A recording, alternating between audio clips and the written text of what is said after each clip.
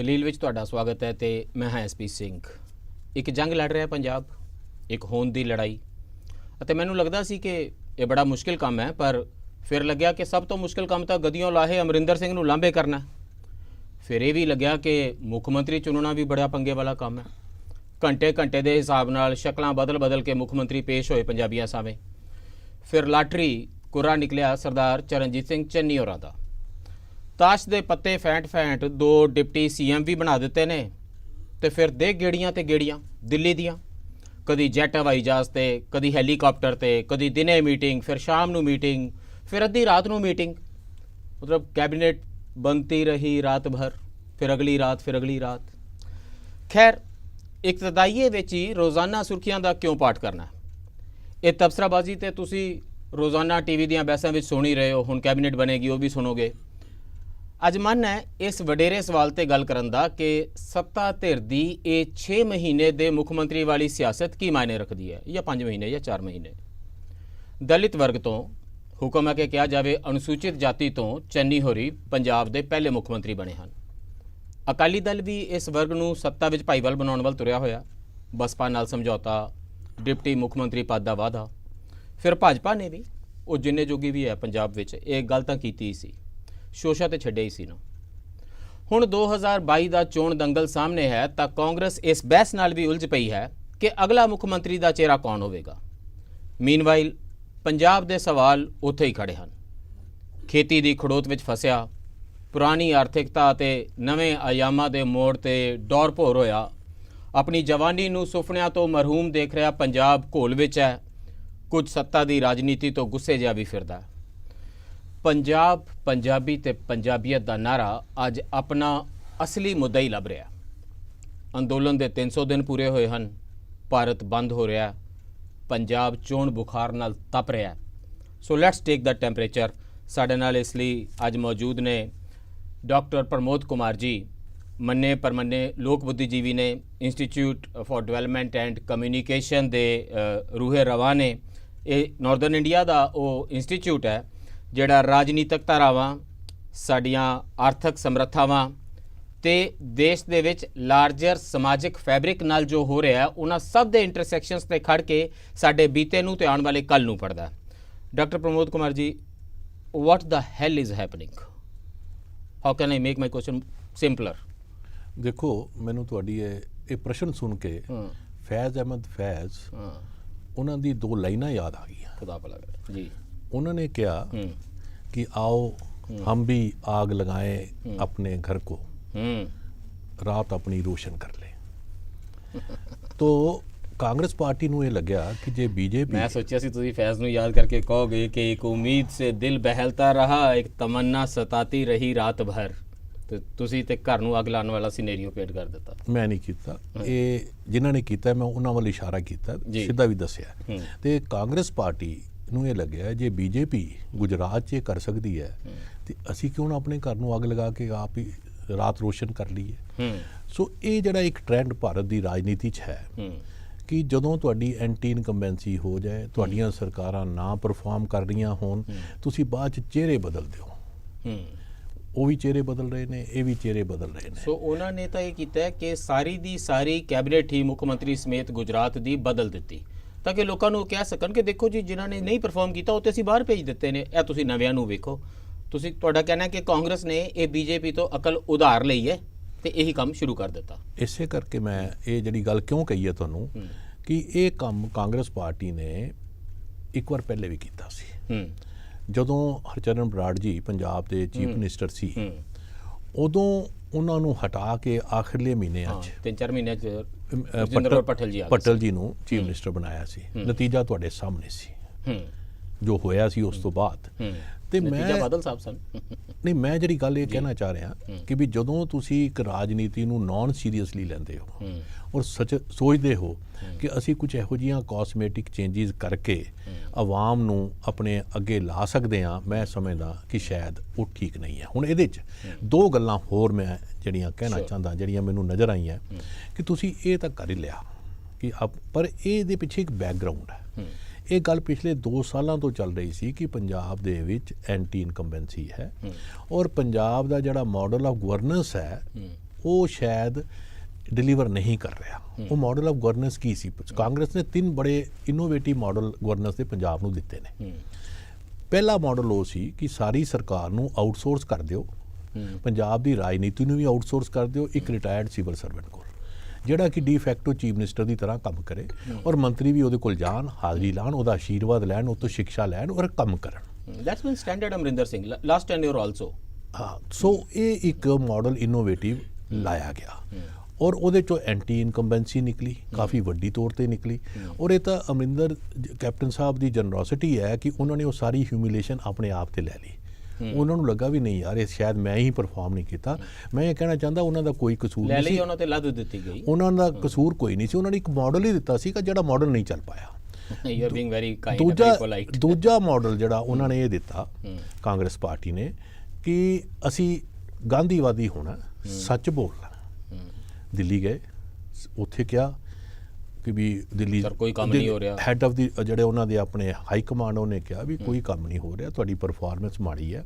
ਤੇ ਉਹਨਾਂ ਨੇ ਕਿਹਾ ਨਹੀਂ ਪਰਫਾਰਮੈਂਸ ਤਾਂ ਫਿਰ ਵੀ ਠੀਕ ਹੈ, ਪਰ ਨਹੀਂ ਕਹਿੰਦੇ ਤੁਸੀਂ 18 ਨੁਕਾਤੀ ਇਹ ਪ੍ਰੋਗਰਾਮ ਲਓ, 4.5 ਸਾਲ ਹੋ ਗਏ ਨੇ ਪਰ ਜਾ ਕੇ ਕੁਝ ਕੰਮ ਕਰੋ। ਤੇ ਚੀਫ ਮਿਨਿਸਟਰ ਸਾਹਿਬ ਨੇ ਕਿਹਾ ਨਹੀਂ ਕੰਮ ਤਾਂ ਮੈਂ ਕਰ ਰਿਹਾ ਪਰ ਮੇਰੀ ਕੈਬਨਿਟ ਦੇ ਵਿੱਚੋਂ ਕਾਫੀ ਮੰਤਰੀ ਕਰਪਟ ਨੇ। ਹੁਣ ਤੁਸੀਂ ਆਵਾਮ ਨੂੰ ਮੈਸੇਜ ਦਿੱਤਾ ਕਿ ਅਸੀਂ ਕੰਮ ਕੋਈ ਨਹੀਂ ਕੀਤਾ, ਅਸੀਂ ਕਰਪਟ ਵੀ ਹਾਂ, ਵੋਟ ਸਾਨੂੰ ਪਾਣਾ। ਮੈਂ ਸਮਝਦਾ ਵੀ ਕਿੰਨੀ ਇਨੋਸੈਂਟ ਗੱਲ ਹੈ ਔਰ ਕਿੰਨੀ ਟਰੂਥਫੁਲਨੈਸ ਹੈ। ਇਹ ਮਾਡਲ ਵੀ ਨਹੀਂ ਲੋਕੀ ਨਹੀਂ ਮੰਨੇ, ਲੋਕਾਂ ਨੂੰ ਲੱਗਾ ਨਹੀਂ ਇੱਦਾਂ ਦੀ ਕਿਹੜੀ ਗੱਲ ਹੈ। ਔਰ ਇਸ ਮਾਡਲ 'ਚੋਂ ਔਰ ਪਹਿਲੇ ਮਾਡਲ 'ਚ ਨਿਕਲ ਕੇ ਕੀ ਆਇਆ, ਆਮ ਤੌਰ ਤੇ ਕਿਹਾ ਜਾਂਦਾ ਰਿਹਾ ਕਿ ਇਹ ਦੋਨੋਂ ਇਹ ਓਪੋਜੀਸ਼ਨ ਪਾਰਟੀ ਨਾਲ ਕੈਪਟਨ ਸਾਹਿਬ ਮਿਲੇ ਹੋਏ ਆ। ਕੈਪਟਨ ਸਾਹਿਬ ਬਿਲਕੁਲ ਨਹੀਂ ਮਿਲੇ ਹੋਏ ਸੀ। ਜਿਹੜਾ ਇਹ ਗਵਰਨੈਂਸ ਦਾ ਮਾਡਲ ਹੈ, ਜਦੋਂ ਸਿਵਲ ਸਰਵੈਂਟ ਜਦੋਂ ਫੰਕਸ਼ਨ ਕਰਦੇ ਨੇ ਉਹਨਾਂ ਨੇ ਆਪਣੀ ਆਉਣ ਵਾਲੀ ਟੈਨਿਓਰ ਦੀ ਇੰਸ਼ੋਰੈਂਸ ਵੀ ਕਰਾਣੀ ਹੁੰਦੀ ਹੈ ਕਿ ਜਿਹੜੀ ਅਗਲੀ ਸਰਕਾਰ ਆਊਗੀ ਉਹਦੇ ਤੋਂ ਅਸੀਂ ਏਲੀਏਨੇਟ ਨਾ ਹੋ ਜਾਈਏ, ਉਹਨੂੰ ਨਾ ਕਰੀਏ ਕੁਝ ਗਲਤ। ਇੱਥੇ ਤਾਂ ਉਹਨਾਂ ਨੂੰ ਪ੍ਰੋਬਲਮ ਨਹੀਂ ਸੀ, ਇੱਥੇ ਤਾਂ ਪੋਲੀਟੀਕਲ ਜਿਹੜਾ ਸਿਸਟਮ ਸੀਗਾ ਉਹ ਡਿਫੰਕਟ ਹੋਇਆ ਸੀ।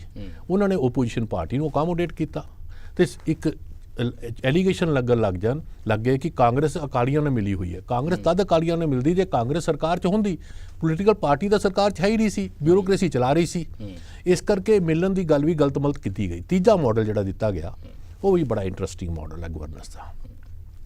ਤੀਜੇ ਮਾਡਲ 'ਚ ਇਹ ਕਿਹਾ ਗਿਆ ਕਿ ਦੇਖੋ ਇਹ ਜਿਹੜੀ ਸਾਡੀ ਸਰਕਾਰ ਹੈ ਇਹ ਫੰਕਸ਼ਨ ਕਰ ਰਹੀ ਹੈ ਪਰ ਓਪੋਜੀਸ਼ਨ ਠੀਕ ਨਹੀਂ ਪਰਫਾਰਮ ਕਰ ਰਹੀ ਤੇ ਅਸੀਂ ਆਪ ਹੀ ਓਪੋਜੀਸ਼ਨ ਆਪਣੀ ਸਰਕਾਰ ਦੇ ਬਣਾਂਗੇ ਔਰ ਲੋਕਾਂ ਅੱਗੇ ਦੱਸਾਂਗੇ ਕਿ ਇਹ ਸਰਕਾਰ ਕਿੰਨੀ ਮਾੜੀ ਹੈ ਔਰ ਲੋਕੀ ਐਪਰੀਸ਼ੀਏਟ ਕਰਨਗੇ ਕਿ ਰੂਲਿੰਗ ਪਾਰਟੀ ਆਪਣੇ ਆਪ 'ਚ ਓਪੋਜੀਸ਼ਨ ਬਣ ਗਈ ਹੈ।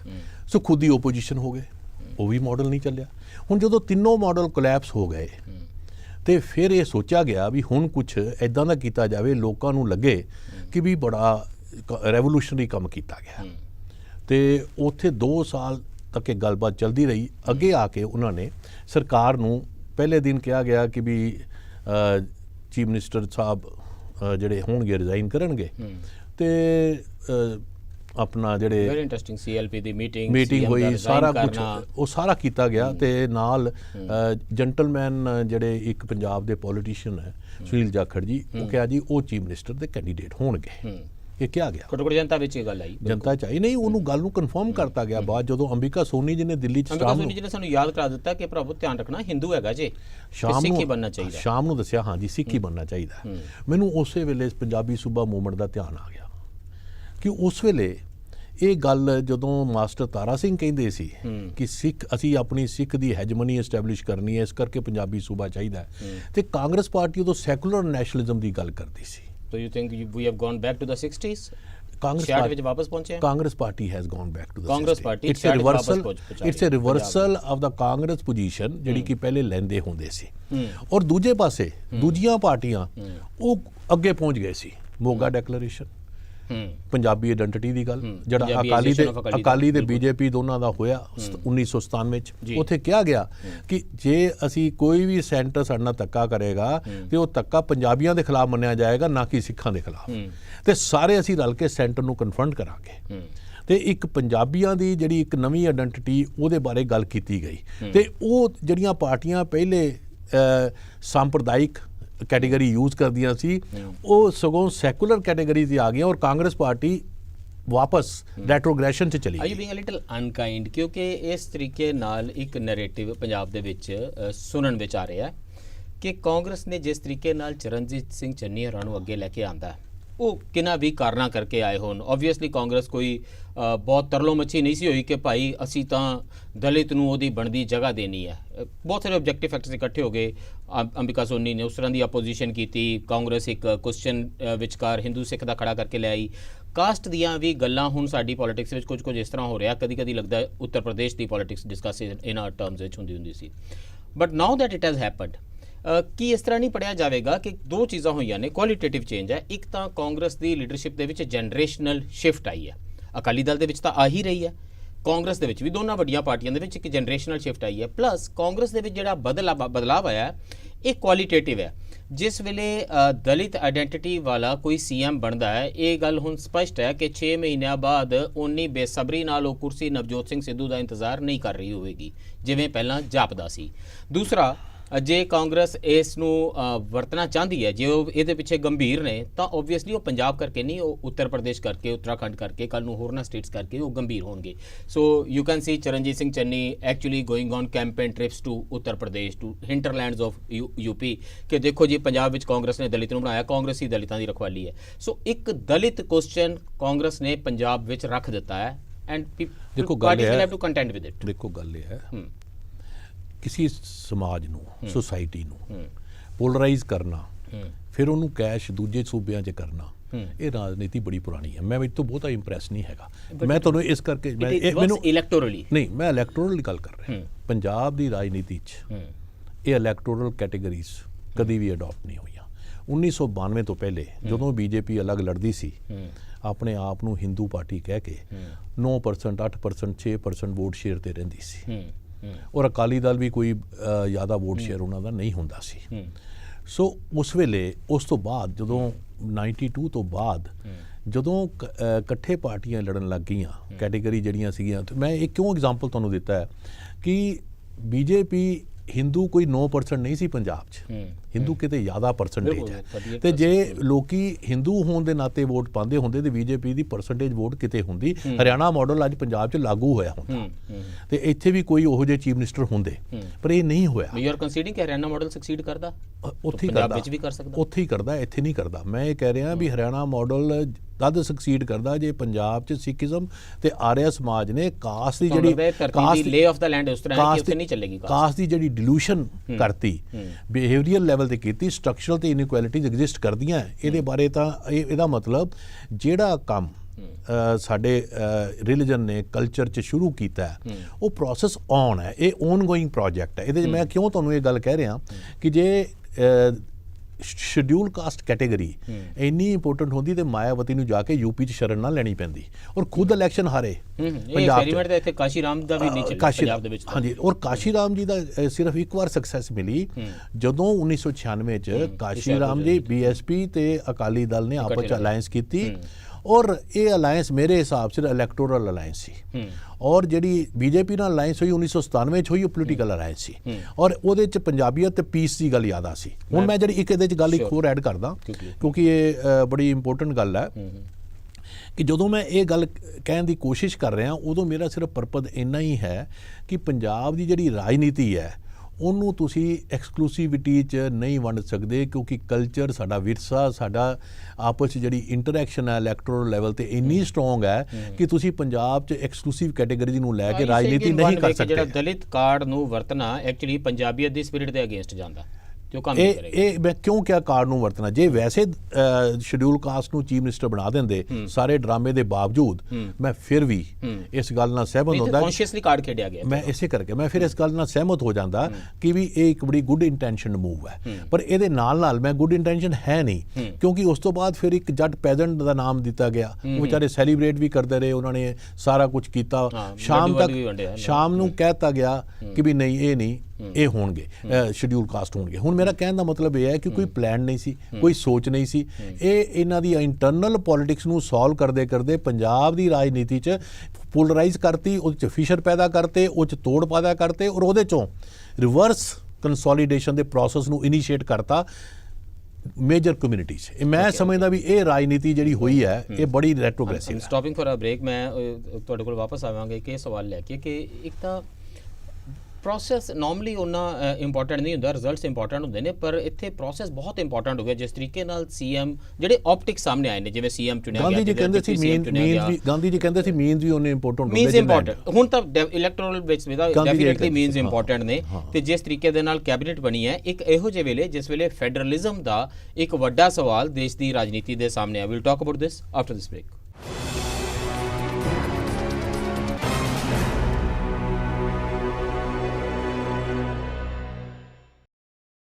ਬ੍ਰੇਕ ਤੋਂ ਬਾਅਦ ਫਿਰ ਸਵਾਗਤ ਹੈ। ਚਰਚਾ ਕਰ ਰਹੇ ਹਾਂ ਜਿਸ ਕਿਸਮ ਦੇ ਨਾਲ ਪੰਜਾਬ ਦਾ ਰਾਜਨੀਤਿਕ ਸਿਨੈਰੀਓ ਤੁਹਾਡੇ ਸਾਹਮਣੇ ਅਨਫੋਲਡ ਹੋਇਆ ਪਿਛਲੇ ਸਾਰੇ ਹਫਤੇ ਦੇ ਵਿੱਚ, ਉਹਦੇ ਬਾਰੇ ਸਾਡੇ ਨਾਲ ਚਰਚਾ ਵਿੱਚ ਸ਼ਾਮਿਲ ਨੇ ਡਾਕਟਰ ਪ੍ਰਮੋਦ ਕੁਮਾਰ ਜੀ। ਡਾਕਟਰ ਪ੍ਰਮੋਦ ਕੁਮਾਰ ਜੀ, ਇੱਕ ਘੋਲ ਵੱਡਾ ਪੰਜਾਬ ਤੇ ਦਿੱਲੀ ਦਾ ਕਹਿਣ ਲੱਗਿਆ, ਮੈਨੂੰ ਲੱਗਦਾ ਪੁਰਾਣੇ ਪੰਜਾਬੀਅਤ ਦੇ ਮੁਹਾਵਰੇ ਵਿੱਚ ਹੀ ਮੈਂ ਗੱਲ ਕਰਾਂ ਤਾਂ ਇੱਕ ਹਿੰਦ ਪੰਜਾਬ ਦਾ ਜੰਗ ਵੀ ਹੋ ਰਹੀ ਹੈ, ਇੱਕ ਆਈਬਲ ਟੂ ਆਈਬਲ ਸਿਚੁਏਸ਼ਨ ਹੈ ਬਕਾਇਦਾ। ਇਹਦੇ ਵਿੱਚ ਫੈਡਰਲਿਜ਼ਮ ਇੱਕ ਵਡੇਰਾ ਮੁੱਦਾ ਹੈ। ਉਹ ਕਹਿੰਦੇ ਨੇ ਜੇ ਖੇਤੀ ਦੇ ਬਿੱਲ ਵੀ ਨਾ ਪਾਸ ਹੁੰਦੇ, ਜੇ ਫੈਡਰਲਿਜ਼ਮ ਦਾ ਇਸ਼ੂ ਹੁੰਦਾ, ਪਾਰਲੀਮੈਂਟ ਇਸ ਤਰ੍ਹਾਂ ਨਾਲ ਫੰਕਸ਼ਨ ਕਰਦੀ, ਜਿਸ ਵੇਲੇ ਇਹ ਸਾਰਾ ਮੈਟ੍ਰਿਕਸ ਬਣਿਆ ਹੋਇਆ, ਇਹ ਨੈਰੇਟਿਵ ਹੈ, ਉਹਦੇ ਵਿੱਚ ਜਦੋਂ ਤੁਸੀਂ ਲੋਕਾਂ ਨੂੰ ਲਗਾਤਾਰ 24/7 ਟੈਲੀਵਿਜ਼ਨ ਤੋਂ ਇਹ ਪ੍ਰਸਾਰ ਕਰਦੇ ਹੋ ਕਿ ਸਾਡੀ ਸੱਤਾ ਦਿੱਲੀ ਦੇ ਵਿੱਚ ਫਲਾਨੀ ਕੋਠੀ ਦੇ ਵਿੱਚ ਜਨਪਥ ਦੇ ਉੱਤੇ ਇਸ ਨੰਬਰ ਘਰ ਦੇ ਵਿੱਚ ਰਹਿੰਦੀ ਹੈ, ਬਾਰ-ਬਾਰ ਤੁਸੀਂ ਉੱਥੋਂ ਸੱਤਾ ਹੋਲਸੇਲ ਮਿਲਦੀ ਵੀ ਨਹੀਂ ਹੈ, ਉਹ ਛੋਟੀਆਂ-ਛੋਟੀਆਂ ਪੁੜੀਆਂ ਵਿੱਚ ਦਿੰਦੇ ਨੇ। ਪਹਿਲਾਂ ਤੁਸੀਂ ਜਾਂਦੇ ਹੋ, ਫਿਰ ਪ੍ਰਧਾਨਗੀ ਲੈ ਕੇ ਆਉਂਦੇ ਹੋ, ਫਿਰ ਜਾਂਦੇ ਹੋ ਪ੍ਰਧਾਨਗੀ ਨੂੰ ਇੱਕ ਅੱਧਾ ਸਟੀਰੋਇਡ ਦਾ ਟੀਕਾ ਲਵਾ ਕੇ ਲਿਆਉਂਦੇ ਹੋ, ਫਿਰ ਤੁਸੀਂ ਅਮਰਿੰਦਰ ਸਿੰਘ ਕੁਝ ਬੋਲਦਾ ਹੈ, ਫਿਰ ਉੱਥੇ ਜਾਂਦੇ ਹੋ, ਇਵੈਂਚੁਅਲੀ ਜਦੋਂ ਤੁਸੀਂ ਸੀਐਮ ਬਣਦੇ ਹੋ, ਫਿਰ ਜਦੋਂ ਤੁਸੀਂ ਕੈਬਨਿਟ ਬਣਨੀ ਹੈ, ਕਦੇ ਤੁਸੀਂ ਸਲੇਟੀ ਰੰਗ ਦਾ ਜੈਟ ਲੈ ਕੇ ਜਾਂਦੇ ਹੋ, ਕਦੀ ਪੀਲੇ ਰੰਗ ਦਾ ਹੈਲੀਕਾਪਟਰ ਲੈ ਕੇ ਜਾਂਦੇ ਹੋ, ਸਵੇਰੇ ਆਉਂਦੇ ਹੋ, ਸ਼ਾਮ ਨੂੰ ਫਿਰ ਵਾਪਸ ਜਾਂਦੇ ਹੋ, ਤੇ ਹਰ ਵਾਰੀ ਲੋਕਾਂ ਨੂੰ ਦੱਸਣਾ ਪੈਂਦਾ ਫਿਰ ਦਿੱਲੀ ਜਾ ਰਹੇ ਨੇ ਜੀ, ਕੈਬਨਿਟ ਬਣ ਰਹੀ ਹੈ ਜੀ। ਮਤਲਬ ਮੈਨੂੰ ਨਹੀਂ ਪਤਾ ਇਹ ਕਿਸ ਕਿਸਮ ਦੇ ਉੱਥੇ ਤਰਖਾਣ ਬੈਠੇ ਨੇ ਜਿਹੜੇ ਕੈਬਨਿਟ ਨੂੰ ਬਣਾਉਣ ਲਈ ਇੰਨੀ ਘੱਟ ਵੱਡ ਹਥੌੜੇ ਪਲਾਸ ਚਾਹੀਦੇ ਨੇ। ਵਨਸ ਆਲ ਦਿਸ ਹੈਪਨਸ, ਪੰਜਾਬ ਜਿਹੜਾ ਲਗਾਤਾਰ ਕਹਿ ਰਿਹਾ ਕਿ ਅਸੀਂ ਅਧੀਨਗੀ ਨਹੀਂ ਕਬੂਲਦੇ, ਉੱਥੇ ਇੱਕ ਸੱਤਾ ਦੀ ਵੱਡੀ ਕਲੇਮੈਂਟ ਪਾਰਟੀ ਲਗਾਤਾਰ ਅਧੀਨਗੀ ਦਾ ਪ੍ਰਚਾਰ ਕਰ ਰਹੀ ਹੈ, ਉਹਦੇ ਵਿੱਚੋਂ ਨਿਕਲਦੀ ਦਿਖਾਈ ਦਿੰਦੀ ਹੈ। ਇਹ ਕਾਂਗਰਸ ਨੂੰ ਕਿੰਨਾ ਮਹਿੰਗਾ ਪਵੇਗਾ, ਜਾਂ ਕੀ ਇਹ ਉਹਨਾਂ ਦੀ ਪਾਰਟੀ ਸਟਰਕਚਰ ਦੇ ਉੱਤੇ ਮੋਹਰ ਲਗਾਉਂਦਾ ਕਿ ਪਾਰਟੀ ਮਸ਼ੀਨਰੀ ਕੰਮ ਕਰਦੀ ਹੈ ਬਕਾਇਦਾ, ਕੋਈ ਆਟੋਕ੍ਰੈਟਿਕ ਫੈਸਲੇ ਨਹੀਂ ਹੋ ਜਾਂਦੇ। ਦੇਖੋ ਹਾਈ ਕਮਾਂਡ ਕਿੰਨੀ ਡੈਮੋਕ੍ਰੈਟਿਕ ਹੈ, ਗੁਜਰਾਤ ਵਰਗੀ ਥੋੜੀ ਹੈ ਕਿ ਸਾਰੀ ਕੈਬਨਿਟ ਬਦਲਤੀ, ਚੂੰ ਨਹੀਂ ਕੀਤੀ ਕਿਸੇ ਨੇ, ਚੂੰ ਕੀਤੀ ਹੋਣੀ, ਆਵਾਜ਼ ਨਹੀਂ ਸੁਣਾਈ ਦਿੱਤੀ। ਗੱਲ ਇਹ ਹੈ ਵਿਜੇ ਰੂਪਾਨੀ ਹੋਰਾਂ ਦੀ ਗੱਲ ਇਹ ਹੈ, ਕਾਂਗਰਸ ਇਹ ਸਾਰੀ ਰਾਜਨੀਤੀ ਨੂੰ ਤੁਸੀਂ ਦੋ ਮੁੱਦਿਆਂ 'ਚ ਅਸੀਂ ਐਨਾਲਾਈਜ਼ ਕਰੀਏ। ਇੱਕ ਤਾਂ ਤੁਹਾਡਾ ਫੈਡਰਲਿਜ਼ਮ ਦਾ ਮੁੱਦਾ ਮੈਂ ਧਿਆਨ ਨਾਲ, ਪਹਿਲੀ ਗੱਲ ਹੈ ਕਿ ਕਾਂਗਰਸ ਨੇ ਐਕਟ ਵਾਈਜ਼ ਕੀਤਾ ਇਨ ਪਬਲਿਕ ਡੋਮੇਨ ਇਹ ਡਿਸਕ੍ਰਿਮੀਨੇਟਰੀ ਪੋਲਿਟਿਕਸ ਕਿ ਇਹ ਕਮਿਊਨਿਟੀ ਬਣ ਸਕਦੀ ਹੈ, ਇਹ ਕਮਿਊਨਿਟੀ ਨਹੀਂ ਇਹ ਕਮਿਊਨਿਟੀ ਨੂੰ ਅਸੀਂ ਬਣਾਉਣਾ ਨਹੀਂ, ਇਹਨੂੰ ਬਣਨ ਨਹੀਂ ਦੇਣਾ ਤੇ ਇਹਨੂੰ ਬਣਾਵਾਂਗੇ। ਤੇ ਇਹ ਜਿਹੜੀ ਐਕਟਵਾਈਜੇਸ਼ਨ ਆਫ ਡਿਸਕ੍ਰਿਮੀਨੇਸ਼ਨ ਹੈ ਪਬਲਿਕ ਡੋਮੇਨ 'ਚ, ਇਹ ਪੰਜਾਬ 'ਚ ਨਹੀਂ ਹੁੰਦੀ ਸੀ। ਜੇ ਮੈਂ ਤੁਹਾਨੂੰ ਐਗਜ਼ਾਮਪਲ ਦੇ ਦਿੰਦਾ ਕਿ ਪੰਜਾਬੀ ਯੂਨੀਵਰਸਿਟੀ ਦੇ ਵਾਈਸ ਚਾਂਸਲਰ ਸਿੱਖ ਹੋਣਗੇ, ਜੇ ਇਹਨੂੰ ਪਬਲਿਕਲੀ ਕਿਹਾ ਜਾਏ ਤਾਂ ਪ੍ਰੋਬਲਮੈਟਿਕ ਹੈ, ਤੁਹਾਨੂੰ ਕਿੰਨਾ ਔਰ ਪਰ ਹੁੰਦਾ ਰਿਹਾ ਨਹੀਂ, ਉਹ ਵੀ ਹੈ ਹੀ ਹੈ। ਔਰ ਪੰਜਾਬ ਯੂਨੀਵਰਸਿਟੀ ਦਾ ਵਾਈਸ ਚਾਂਸਲਰ ਹਿੰਦੂ ਹੋਏਗਾ ਤੇ ਇਹ ਅਨਾਉਂਸਮੈਂਟ ਕਰਤੀ ਜਾਵੇ ਤੇ ਤੁਸੀਂ ਇਹਦੀ ਕੰਸੀਕੁਐਂਸਿਸ ਦੇਖ ਲਓ। ਸੋ ਮੇਰਾ ਪੁਆਇੰਟ ਇਹ ਹੈ ਕਿ ਜਿਹੜਾ ਸਰਟਨ ਕੰਸੈਂਸਿਸ ਹੁੰਦੇ ਨੇ ਸਮਾਜ 'ਚ, ਉਹ ਡੋਰਮੈਂਟ ਹੁੰਦੇ ਨੇ। ਜਦੋਂ ਤੁਸੀਂ ਉਹਨੂੰ ਐਕਟਿਵਾਈਜ਼ ਕਰ ਦਿੰਦੇ ਹੋ, ਇਹਦਾ ਮਤਲਬ ਇੰਸਟੀਟਿਊਸ਼ਨਲਾਈਜ਼ ਕਰਤਾ ਡਿਸਕ੍ਰਿਮੀਨੇਸ਼ਨ ਦੇ ਪ੍ਰੋਸੈਸ ਨੂੰ। ਦੂਜੀ ਇਹਦੇ ਨਾਲ ਜੁੜੀ ਹੋਈ ਗੱਲ ਕਿ ਬਾਕੀਆਂ ਪੋਲੀਟੀਕਲ ਪਾਰਟੀਆਂ ਤੋਂ ਅਲੱਗ ਕਿਵੇਂ ਹੈ, ਉਹਨਾਂ ਨੇ ਕੋਆਪਸ਼ਨ ਦੀ ਗੱਲ ਕੀਤੀ। ਉਹਨਾਂ ਨੇ ਕਿਹਾ ਵੀ ਅਸੀਂ ਕੋਆਪਟ ਕਰਾਂਗੇ। ਹੁਣ ਕੋਆਪਸ਼ਨ ਦੀ ਗੱਲ ਕਿਉਂ ਹੋ ਰਹੀ ਹੈ, ਇਹ ਬੜਾ ਇੰਟਰਸਟਿੰਗ ਪੁਆਇੰਟ ਹੈ ਕਿ ਜਿਹੜੀ ਇੱਕ ਹੈਜਮਨੀ ਸੀ ਜਾਟ ਪੈਦੰਟ ਦੀ ਪੰਜਾਬ ਦੀ ਪੋਲਿਟਿਕਸ ਤੇ, ਉਹ ਹੈਜਮਨੀ ਕਮਜ਼ੋਰ ਹੋ ਰਹੀ ਹੈ। ਮੈਂ ਤੁਹਾਨੂੰ ਇੰਪੀਰੀਕਲੀ ਵੀ ਦੱਸ ਸਕਦਾ ਤੇ ਇਨ ਰਾਜਨੀਤੀ 'ਚ ਵੀ। ਹੁਣ ਜਿਵੇਂ 3 ਐਕਟ ਨੇ ਤੁਸੀਂ ਕਹੇ ਨੇ, ਇਹ 3 ਐਕਟ ਦੇ ਨਾਲ ਉਹਨਾਂ ਦੀ ਇਕਨੋਮਿਕ ਹੈਜਮਨੀ ਡਰ ਤਾਂ ਹੀ ਹੈ ਨਾ ਕਮਜ਼ੋਰ ਹੋ ਜਾਏਗੀ। ਉਹ ਤੇ ਕਾਰਪੋਰੇਟ ਆ ਜਾਣਗੇ, ਉਹ ਆ ਕੇ ਪੰਜਾਬ ਦੀ ਐਗਰੀਕਲਚਰ ਨੂੰ ਸੰਭਾਲਣਗੇ ਤੇ ਕਿਹਦੀ ਹੈਜਮਨੀ ਕਮਜ਼ੋਰ ਹੋਏਗੀ ਇਕਨੋਮੀ ਤੇ? ਜੱਟ ਪੈਦੰਟ ਦੀ, ਕਿਸਾਨ ਦੀ। ਨੁਕਸਾਨ ਪੰਜਾਬ ਦਾ ਵੀ ਹੈ, ਉਹ ਮੈਂ ਅਲੱਗ ਅਸੀਂ ਪਹਿਲੇ ਬੜੀ ਵਾਰ ਗੱਲ ਕੀਤੀ ਹੋ। ਪਰ ਇਹਦੇ ਨਾਲ ਨਾਲ ਜਿਹੜੀ ਪੋਲੀਟੀਕਲ ਪਾਵਰ ਤੇ ਜਾਟ ਪੈਦੰਟ ਦੀ ਹੋਲਡ ਸੀ, ਓਵਰ ਟਾਈਮ ਡਿਕਲਾਈਨ ਕੀਤੀ ਹੈ। ਅੱਜ ਤੁਹਾਨੂੰ ਕੈਬਨਿਟ ਦੇ ਵਿੱਚ 20-30% ਦੇ ਕਰੀਬ ਤੁਹਾਨੂੰ ਜੱਟ ਕਿਸਾਨ ਮਿਲਣਗੇ, ਜਦਕਿ ਉਸ ਤੋਂ ਪਹਿਲੇ ਲੈਜਿਸਲੇਚਰ 'ਚ ਵੀ ਔਰ ਕੈਬਨਿਟ 'ਚ ਉਹਨਾਂ ਦੀ ਆਪਣੀ ਪ੍ਰਪੋਰਸ਼ਨ ਤੋਂ ਕਿਤੇ ਜ਼ਿਆਦਾ ਰਿਪਰੈਜ਼ੈਂਟੇਸ਼ਨ ਸੀ। ਇਹਦਾ ਮਤਲਬ ਅਸੀਂ ਇਹਨੂੰ ਕਹਿੰਦੇ ਆ ਪ੍ਰੋਗਰੈਸਿਵ ਰਿਲੇਟਿਵ ਡਿਪਰਾਈਵੇਸ਼ਨ, ਕਿ ਜਦੋਂ ਤੁਸੀਂ ਉੱਪਰ ਜਾ ਰਹੇ ਹੋ ਸਡਨਲੀ ਤੁਸੀਂ ਡਿਕਲਾਈਨ ਕਰਨ ਲੱਗ ਜਾਓ। ਉਹਦੇ 'ਚ ਫਿਰ ਤੁਹਾਡੇ ਕੋਲ ਇੱਕੋ ਹੀ ਚਾਰਾ ਹੈ, ਇੱਕ ਤਾਂ ਇੱਕ ਚਾਰਾ ਪੋਲੀਟੀਕਲ ਇਕੁਇਟੀ ਦੀ ਡਿਸਟ੍ਰੀਬਿਊਸ਼ਨ ਹੋ ਰਹੀ ਹੈ ਵੱਖ-ਵੱਖ ਕਮਿਊਨਿਟੀ। ਹਾਂ, ਇੱਕ ਹਾਂ ਬਿਲਕੁਲ, ਇਹ ਜਿਹੜਾ ਤੁਸੀਂ ਪੁਆਇੰਟ ਮੈਂ ਬਿਲਕੁਲ ਸਹਿਮਤ। ਇਹਦੇ 'ਚ ਫਿਰ ਕੋਆਪਸ਼ਨ ਕਰਦੇ ਹੋ ਤੁਸੀਂ, ਔਰ ਤੁਸੀਂ ਦੇਖੋ ਕੋਆਪਸ਼ਨ ਹੁਣੀ ਆਈ ਹੈ। ਸਰ, ਲੋਕੀ ਜਿਹੜੀ ਟਰਮਸ ਦੇ ਵਿੱਚ ਸਮਝਦੇ ਆ ਨਾ, ਉਹਨਾਂ ਨੂੰ ਲੱਗਦਾ ਹੈ ਇਹ ਪੰਜਾਬ ਦੀ ਕਿਸਮਤ ਤੇ ਸਿਆਸਤ ਨਾਲ ਦਿਲੋਂ ਮਨੋਂ ਜੁੜੇ ਲੋਕ ਕੌਣ ਨੇ? ਕੇਸੀ ਵੇਣੂਗੋਪਾਲ, ਹਰੀਸ਼ ਰਾਵਤ, ਅਜੈ ਮਾਕਨ, ਉਹ ਦਿਲੋਂ ਜਾਨ ਨਾਲ ਹਰ ਸਾਹ ਪੰਜਾਬ ਪੰਜਾਬ ਕਰਦੀ ਅੰਬਿਕਾ ਸੋਨੀ ਕੌਣ ਹੈ? ਨਹੀਂ, ਮੈਂ ਪਹਿਲੇ ਤਾਂ ਬਿਕਮਸ ਅ ਮੇਜਰ ਕੁਐਸਚਨ। ਨਹੀਂ, ਮੈਂ ਪਹਿਲੇ ਤਾਂ ਤੁਹਾਨੂੰ ਉਹ ਵਾਲਾ ਦੱਸਿਆ ਵੀ ਉਹਦੇ ਵਿੱਚ ਜੇ ਅਕਾਲੀ ਦਲ ਨੇ ਕਿਹਾ ਕਿ ਅਸੀਂ ਸ਼ਡਿਊਲ ਕਾਸਟ ਰਿਪਰੈਜ਼ੈਂਟੇਸ਼ਨ ਦੇਵਾਂਗੇ, ਔਰ ਤੁਹਾਨੂੰ ਮੈਂ ਇੱਕ ਫੈਕਟ ਦੱਸ ਦਿੰਦਾ ਕਿ ਪਿਛਲੇ 11 ਇਲੈਕਸ਼ਨ ਦਾ ਤੁਸੀਂ ਜੇ ਐਨਾਲਿਸਿਸ ਕਰੋ, ਕਮ ਸੇ ਕਮ 6 ਇਲੈਕਸ਼ਨ 'ਚ ਅਕਾਲੀ ਦਲ ਦੇ ਪਾਰਟੀ 'ਚ ਜ਼ਿਆਦਾ ਸ਼ਡਿਊਲ ਕਾਸਟ ਐਮਐਲਏ ਜਿੱਤ ਕੇ ਆਏ, ਔਰ ਕਾਂਗਰਸ ਦੇ 5 ਇਲੈਕਸ਼ਨਾਂ 'ਚ ਆਏ, ਔਰ ਬਾਕੀ ਸਾਰੀ ਪਾਰਟੀਆਂ 'ਚ ਉਹ ਪ੍ਰੈਜ਼ੈਂਟ ਸੀਗੇ ਸ਼ਡਿਊਲ ਕਾਸਟ। ਇਹਦਾ ਮਤਲਬ ਪੰਜਾਬ ਦੀਆਂ ਪਾਰਟੀਆਂ ਕੈਚ ਆਲ ਪਾਰਟੀਆਂ ਨੇ, ਸਭ ਸਪੈਕਟਰਮ ਨੂੰ ਆਪਣੀ ਰਿਪਰੈਜ਼ੈਂਟੇਸ਼ਨ ਦਿੰਦੀਆਂ ਨੇ। ਤੇ ਇਹਦੇ ਕਰਕੇ ਮੈਂ ਜਦੋਂ ਤੁਹਾਨੂੰ ਇਹ ਗੱਲ ਕਿਉਂ ਕਹੀ ਹੈ ਕਿ ਇਹਦੇ 'ਚ ਇਹ ਨਹੀਂ ਹੈ ਕਿ ਇਹ ਕੋਆਪਸ਼ਨ ਹੁਣ ਕੋਈ ਨਵੀਂ ਹੈ। ਹੁਣ ਕੋਆਪਸ਼ਨ ਜਿਹੜੀ ਹੈਗੀ ਹੈ, ਜਿਹੜਾ ਤੁਸੀਂ ਕਿਹਾ ਵੀ ਇਕੁਇਟੀ ਦਾ ਲੈਵਲ ਵੱਧ ਗਿਆ, ਵੀ ਹੁਣ ਅਸੀਂ ਉਹਨਾਂ ਨੂੰ ਡਿਪਟੀ ਸੀਐਮ ਵੀ ਦੇ ਦਾਂਗੇ ਹੈ, ਇਹ ਜਿਹੜੀ ਕੋਆਪਸ਼ਨ ਹੈ ਮੈਂ ਸਮਝਦਾ ਇਹ ਬੜੀ ਪੋਜ਼ਿਟਿਵ ਹੈ ਔਰ ਕਿਸੇ ਵੀ ਪੋਲਿਟਿਕਸ ਲਈ ਬੜੀ ਹੈਲਦੀ ਹੈ ਜੇ ਇਹਨੂੰ ਤੁਸੀਂ ਐਟਲੀਸਟ ਐਕਸਕਲੂਸਿਵਿਟੀ ਨਹੀਂ ਬਣਨ ਦਿੰਦੇ। ਇਹ ਜਿਹੜੀ ਪੋਲਿਟਿਕਸ ਆਫ ਸੈਲਫ ਰਿਪਰੈਜ਼ੈਂਟੇਸ਼ਨ ਹੈ, ਮਤਲਬ at one level personally I think ਇਹ ਬੜੀ ਪੈਡਿਸਟਰੀਅਨਾਈਜੇਸ਼ਨ ਆਫ ਪੋਲਿਟਿਕਸ ਹੁੰਦੀ ਹੈ ਕਿ ਸੈਲਫ ਰਿਪਰੈਜ਼ੈਂਟੇਸ਼ਨ ਦੀ ਪੋਲਿਟਿਕਸ ਹੋਏਗੀ। ਗਿਆਨੀ ਜ਼ੈਲ ਸਿੰਘ ਦਾ ਟੈਨਿਓਰ ਸਭ ਤੋਂ ਜ਼ਿਆਦਾ ਡਿਸਿਸਿਵ ਰਿਹਾ, ਜਿਨੇ ਕੋਰਸ ਆਫ ਪੋਲਿਟਿਕਸ ਪੰਜਾਬ ਦਾ ਸਭ ਤੋਂ ਜ਼ਿਆਦਾ ਪ੍ਰਭਾਵਿਤ ਕੀਤਾ। ਮਤਲਬ ਨਾ ਦਰਬਾਰਾ ਸਿੰਘ ਦੇ, ਨਾ ਸਰਦਾਰ ਸਵਰਨ ਸਿੰਘ ਦੇ ਕਦੀ ਉਹਨਾਂ ਨੇ ਪੈਰ ਨਹੀਂ ਲੱਗਣ ਦਿੱਤੇ। ਕਿੰਨਾ ਕੁ ਫਰਕ ਪੈ ਜਾਂਦਾ? ਮੇਰੇ ਦੇਸ਼ ਦਾ ਪ੍ਰਧਾਨ ਮੰਤਰੀ ਇੱਕ ਓਬੀਸੀ ਹੈ। How happy are OBCs? ਦੇਖੋ ਗੱਲ ਇਹ ਹੈ, ਬਹੁਤ ਕਾਸਟ ਸੈਂਸਸ ਹੋਣ ਦੇ ਕੋਈ ਆਸਾਰ ਦਿਖਾਈ ਦੇ ਰਹੇ ਨੇ? ਨਹੀਂ, ਇਹਦੇ 'ਚ ਗੱਲ ਸਿਰਫ ਇੰਨੀ ਹੈ ਜਿਹੜੀ ਆਪਾਂ ਪਹਿਲੇ ਗੱਲ ਕੀਤੀ ਹੈ ਕਿ ਜੇ ਸਾਡੇ ਦੇਸ਼ ਦੇ ਪ੍ਰਧਾਨ ਮੰਤਰੀ ਮਨਮੋਹਨ ਸਿੰਘ ਜੀ ਸੀਗੇ ਤੇ ਠੀਕ ਹੈ ਸੀਗੇ, ਪਰ ਤੁਸੀਂ ਜਦੋਂ ਪਬਲਿਕਲੀ ਕਹੋਗੇ ਹਿੰਦੂ ਨੂੰ ਨਹੀਂ ਬੁਲਾਣਾ ਤੇ ਸਿੱਖ ਨੂੰ ਪ੍ਰਧਾਨ ਮੰਤਰੀ ਬਣਾਵਾਂਗੇ, ਫਿਰ ਤੁਸੀਂ ਰਿਐਕਸ਼ਨ ਦੇਖਦੇ। ਮੈਂ ਸਿਰਫ ਇੰਨੀ ਗੱਲ ਹੀ ਕਹਿਣ ਦੀ ਕੋਸ਼ਿਸ਼ ਕਰ ਰਿਹਾ ਕਿ ਜੇ ਚੰਨੀ ਜੀ ਨੂੰ ਤੁਸੀਂ ਪਹਿਲੇ ਹੀ ਬਣਾ ਦਿੰਦੇ, ਔਰ ਇਹਨਾਂ ਵਰਗਾ ਸੂਝ-ਬੂਝ ਵਾਲਾ ਬੰਦਾ, ਇਹਨਾਂ ਜਿਹੜਾ ਜ਼ਮੀਨ ਨਾਲ ਜੁੜਿਆ ਹੋਇਆ ਬੰਦਾ ਜੇ ਬਣ ਜਾਂਦਾ ਤੇ ਠੀਕ ਸੀਗਾ। ਪਰ ਕੁਐਸਚਨ ਇਹ ਹੈ ਵੀ ਤੁਸੀਂ ਉਹਨਾਂ ਨੂੰ ਬਾਕੀਆਂ ਨੂੰ ਨਿਗੇਟ ਕਰਕੇ ਕਿਆ ਹੁਣ ਅਸੀਂ ਬਣਾਵਾਂਗੇ। ਨਹੀਂ, ਨਾਲੇ ਹੁਣ ਤਾਂ ਤੁਸੀਂ ਕਹਿ ਦਿੱਤਾ ਨਾ ਕਿ ਹਿੰਦੂ ਨੂੰ ਨਹੀਂ ਬਣਾਵਾਂਗੇ ਤੇ ਹਰ ਗੱਲ ਪੁੱਛਣ ਦਿੱਲੀ ਨੂੰ ਜਾਵਾਂਗੇ।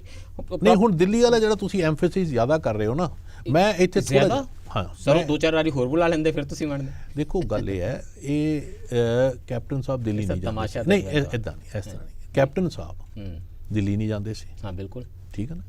ਇਹ ਕੋਈ ਇੱਕੋ ਹੀ ਪਾਰਟੀ ਸੀ ਜਿਹਦੇ 'ਚ ਦਿੱਲੀ ਜਿਹੜਾ ਹੈਗਾ, ਔਰ ਦਿੱਲੀ ਦਾ ਦਿੱਲੀ ਨਹੀਂ ਜਾਂਦੇ ਸੀਗੇ, ਔਰ ਤੁਸੀਂ ਅੱਗੇ ਇਹ ਕਹਿ ਸਕਦੇ ਹੋ ਇੱਥੇ ਵੀ ਕਿਸੇ ਨੂੰ ਨਹੀਂ ਮਿਲਦੇ ਸੀ।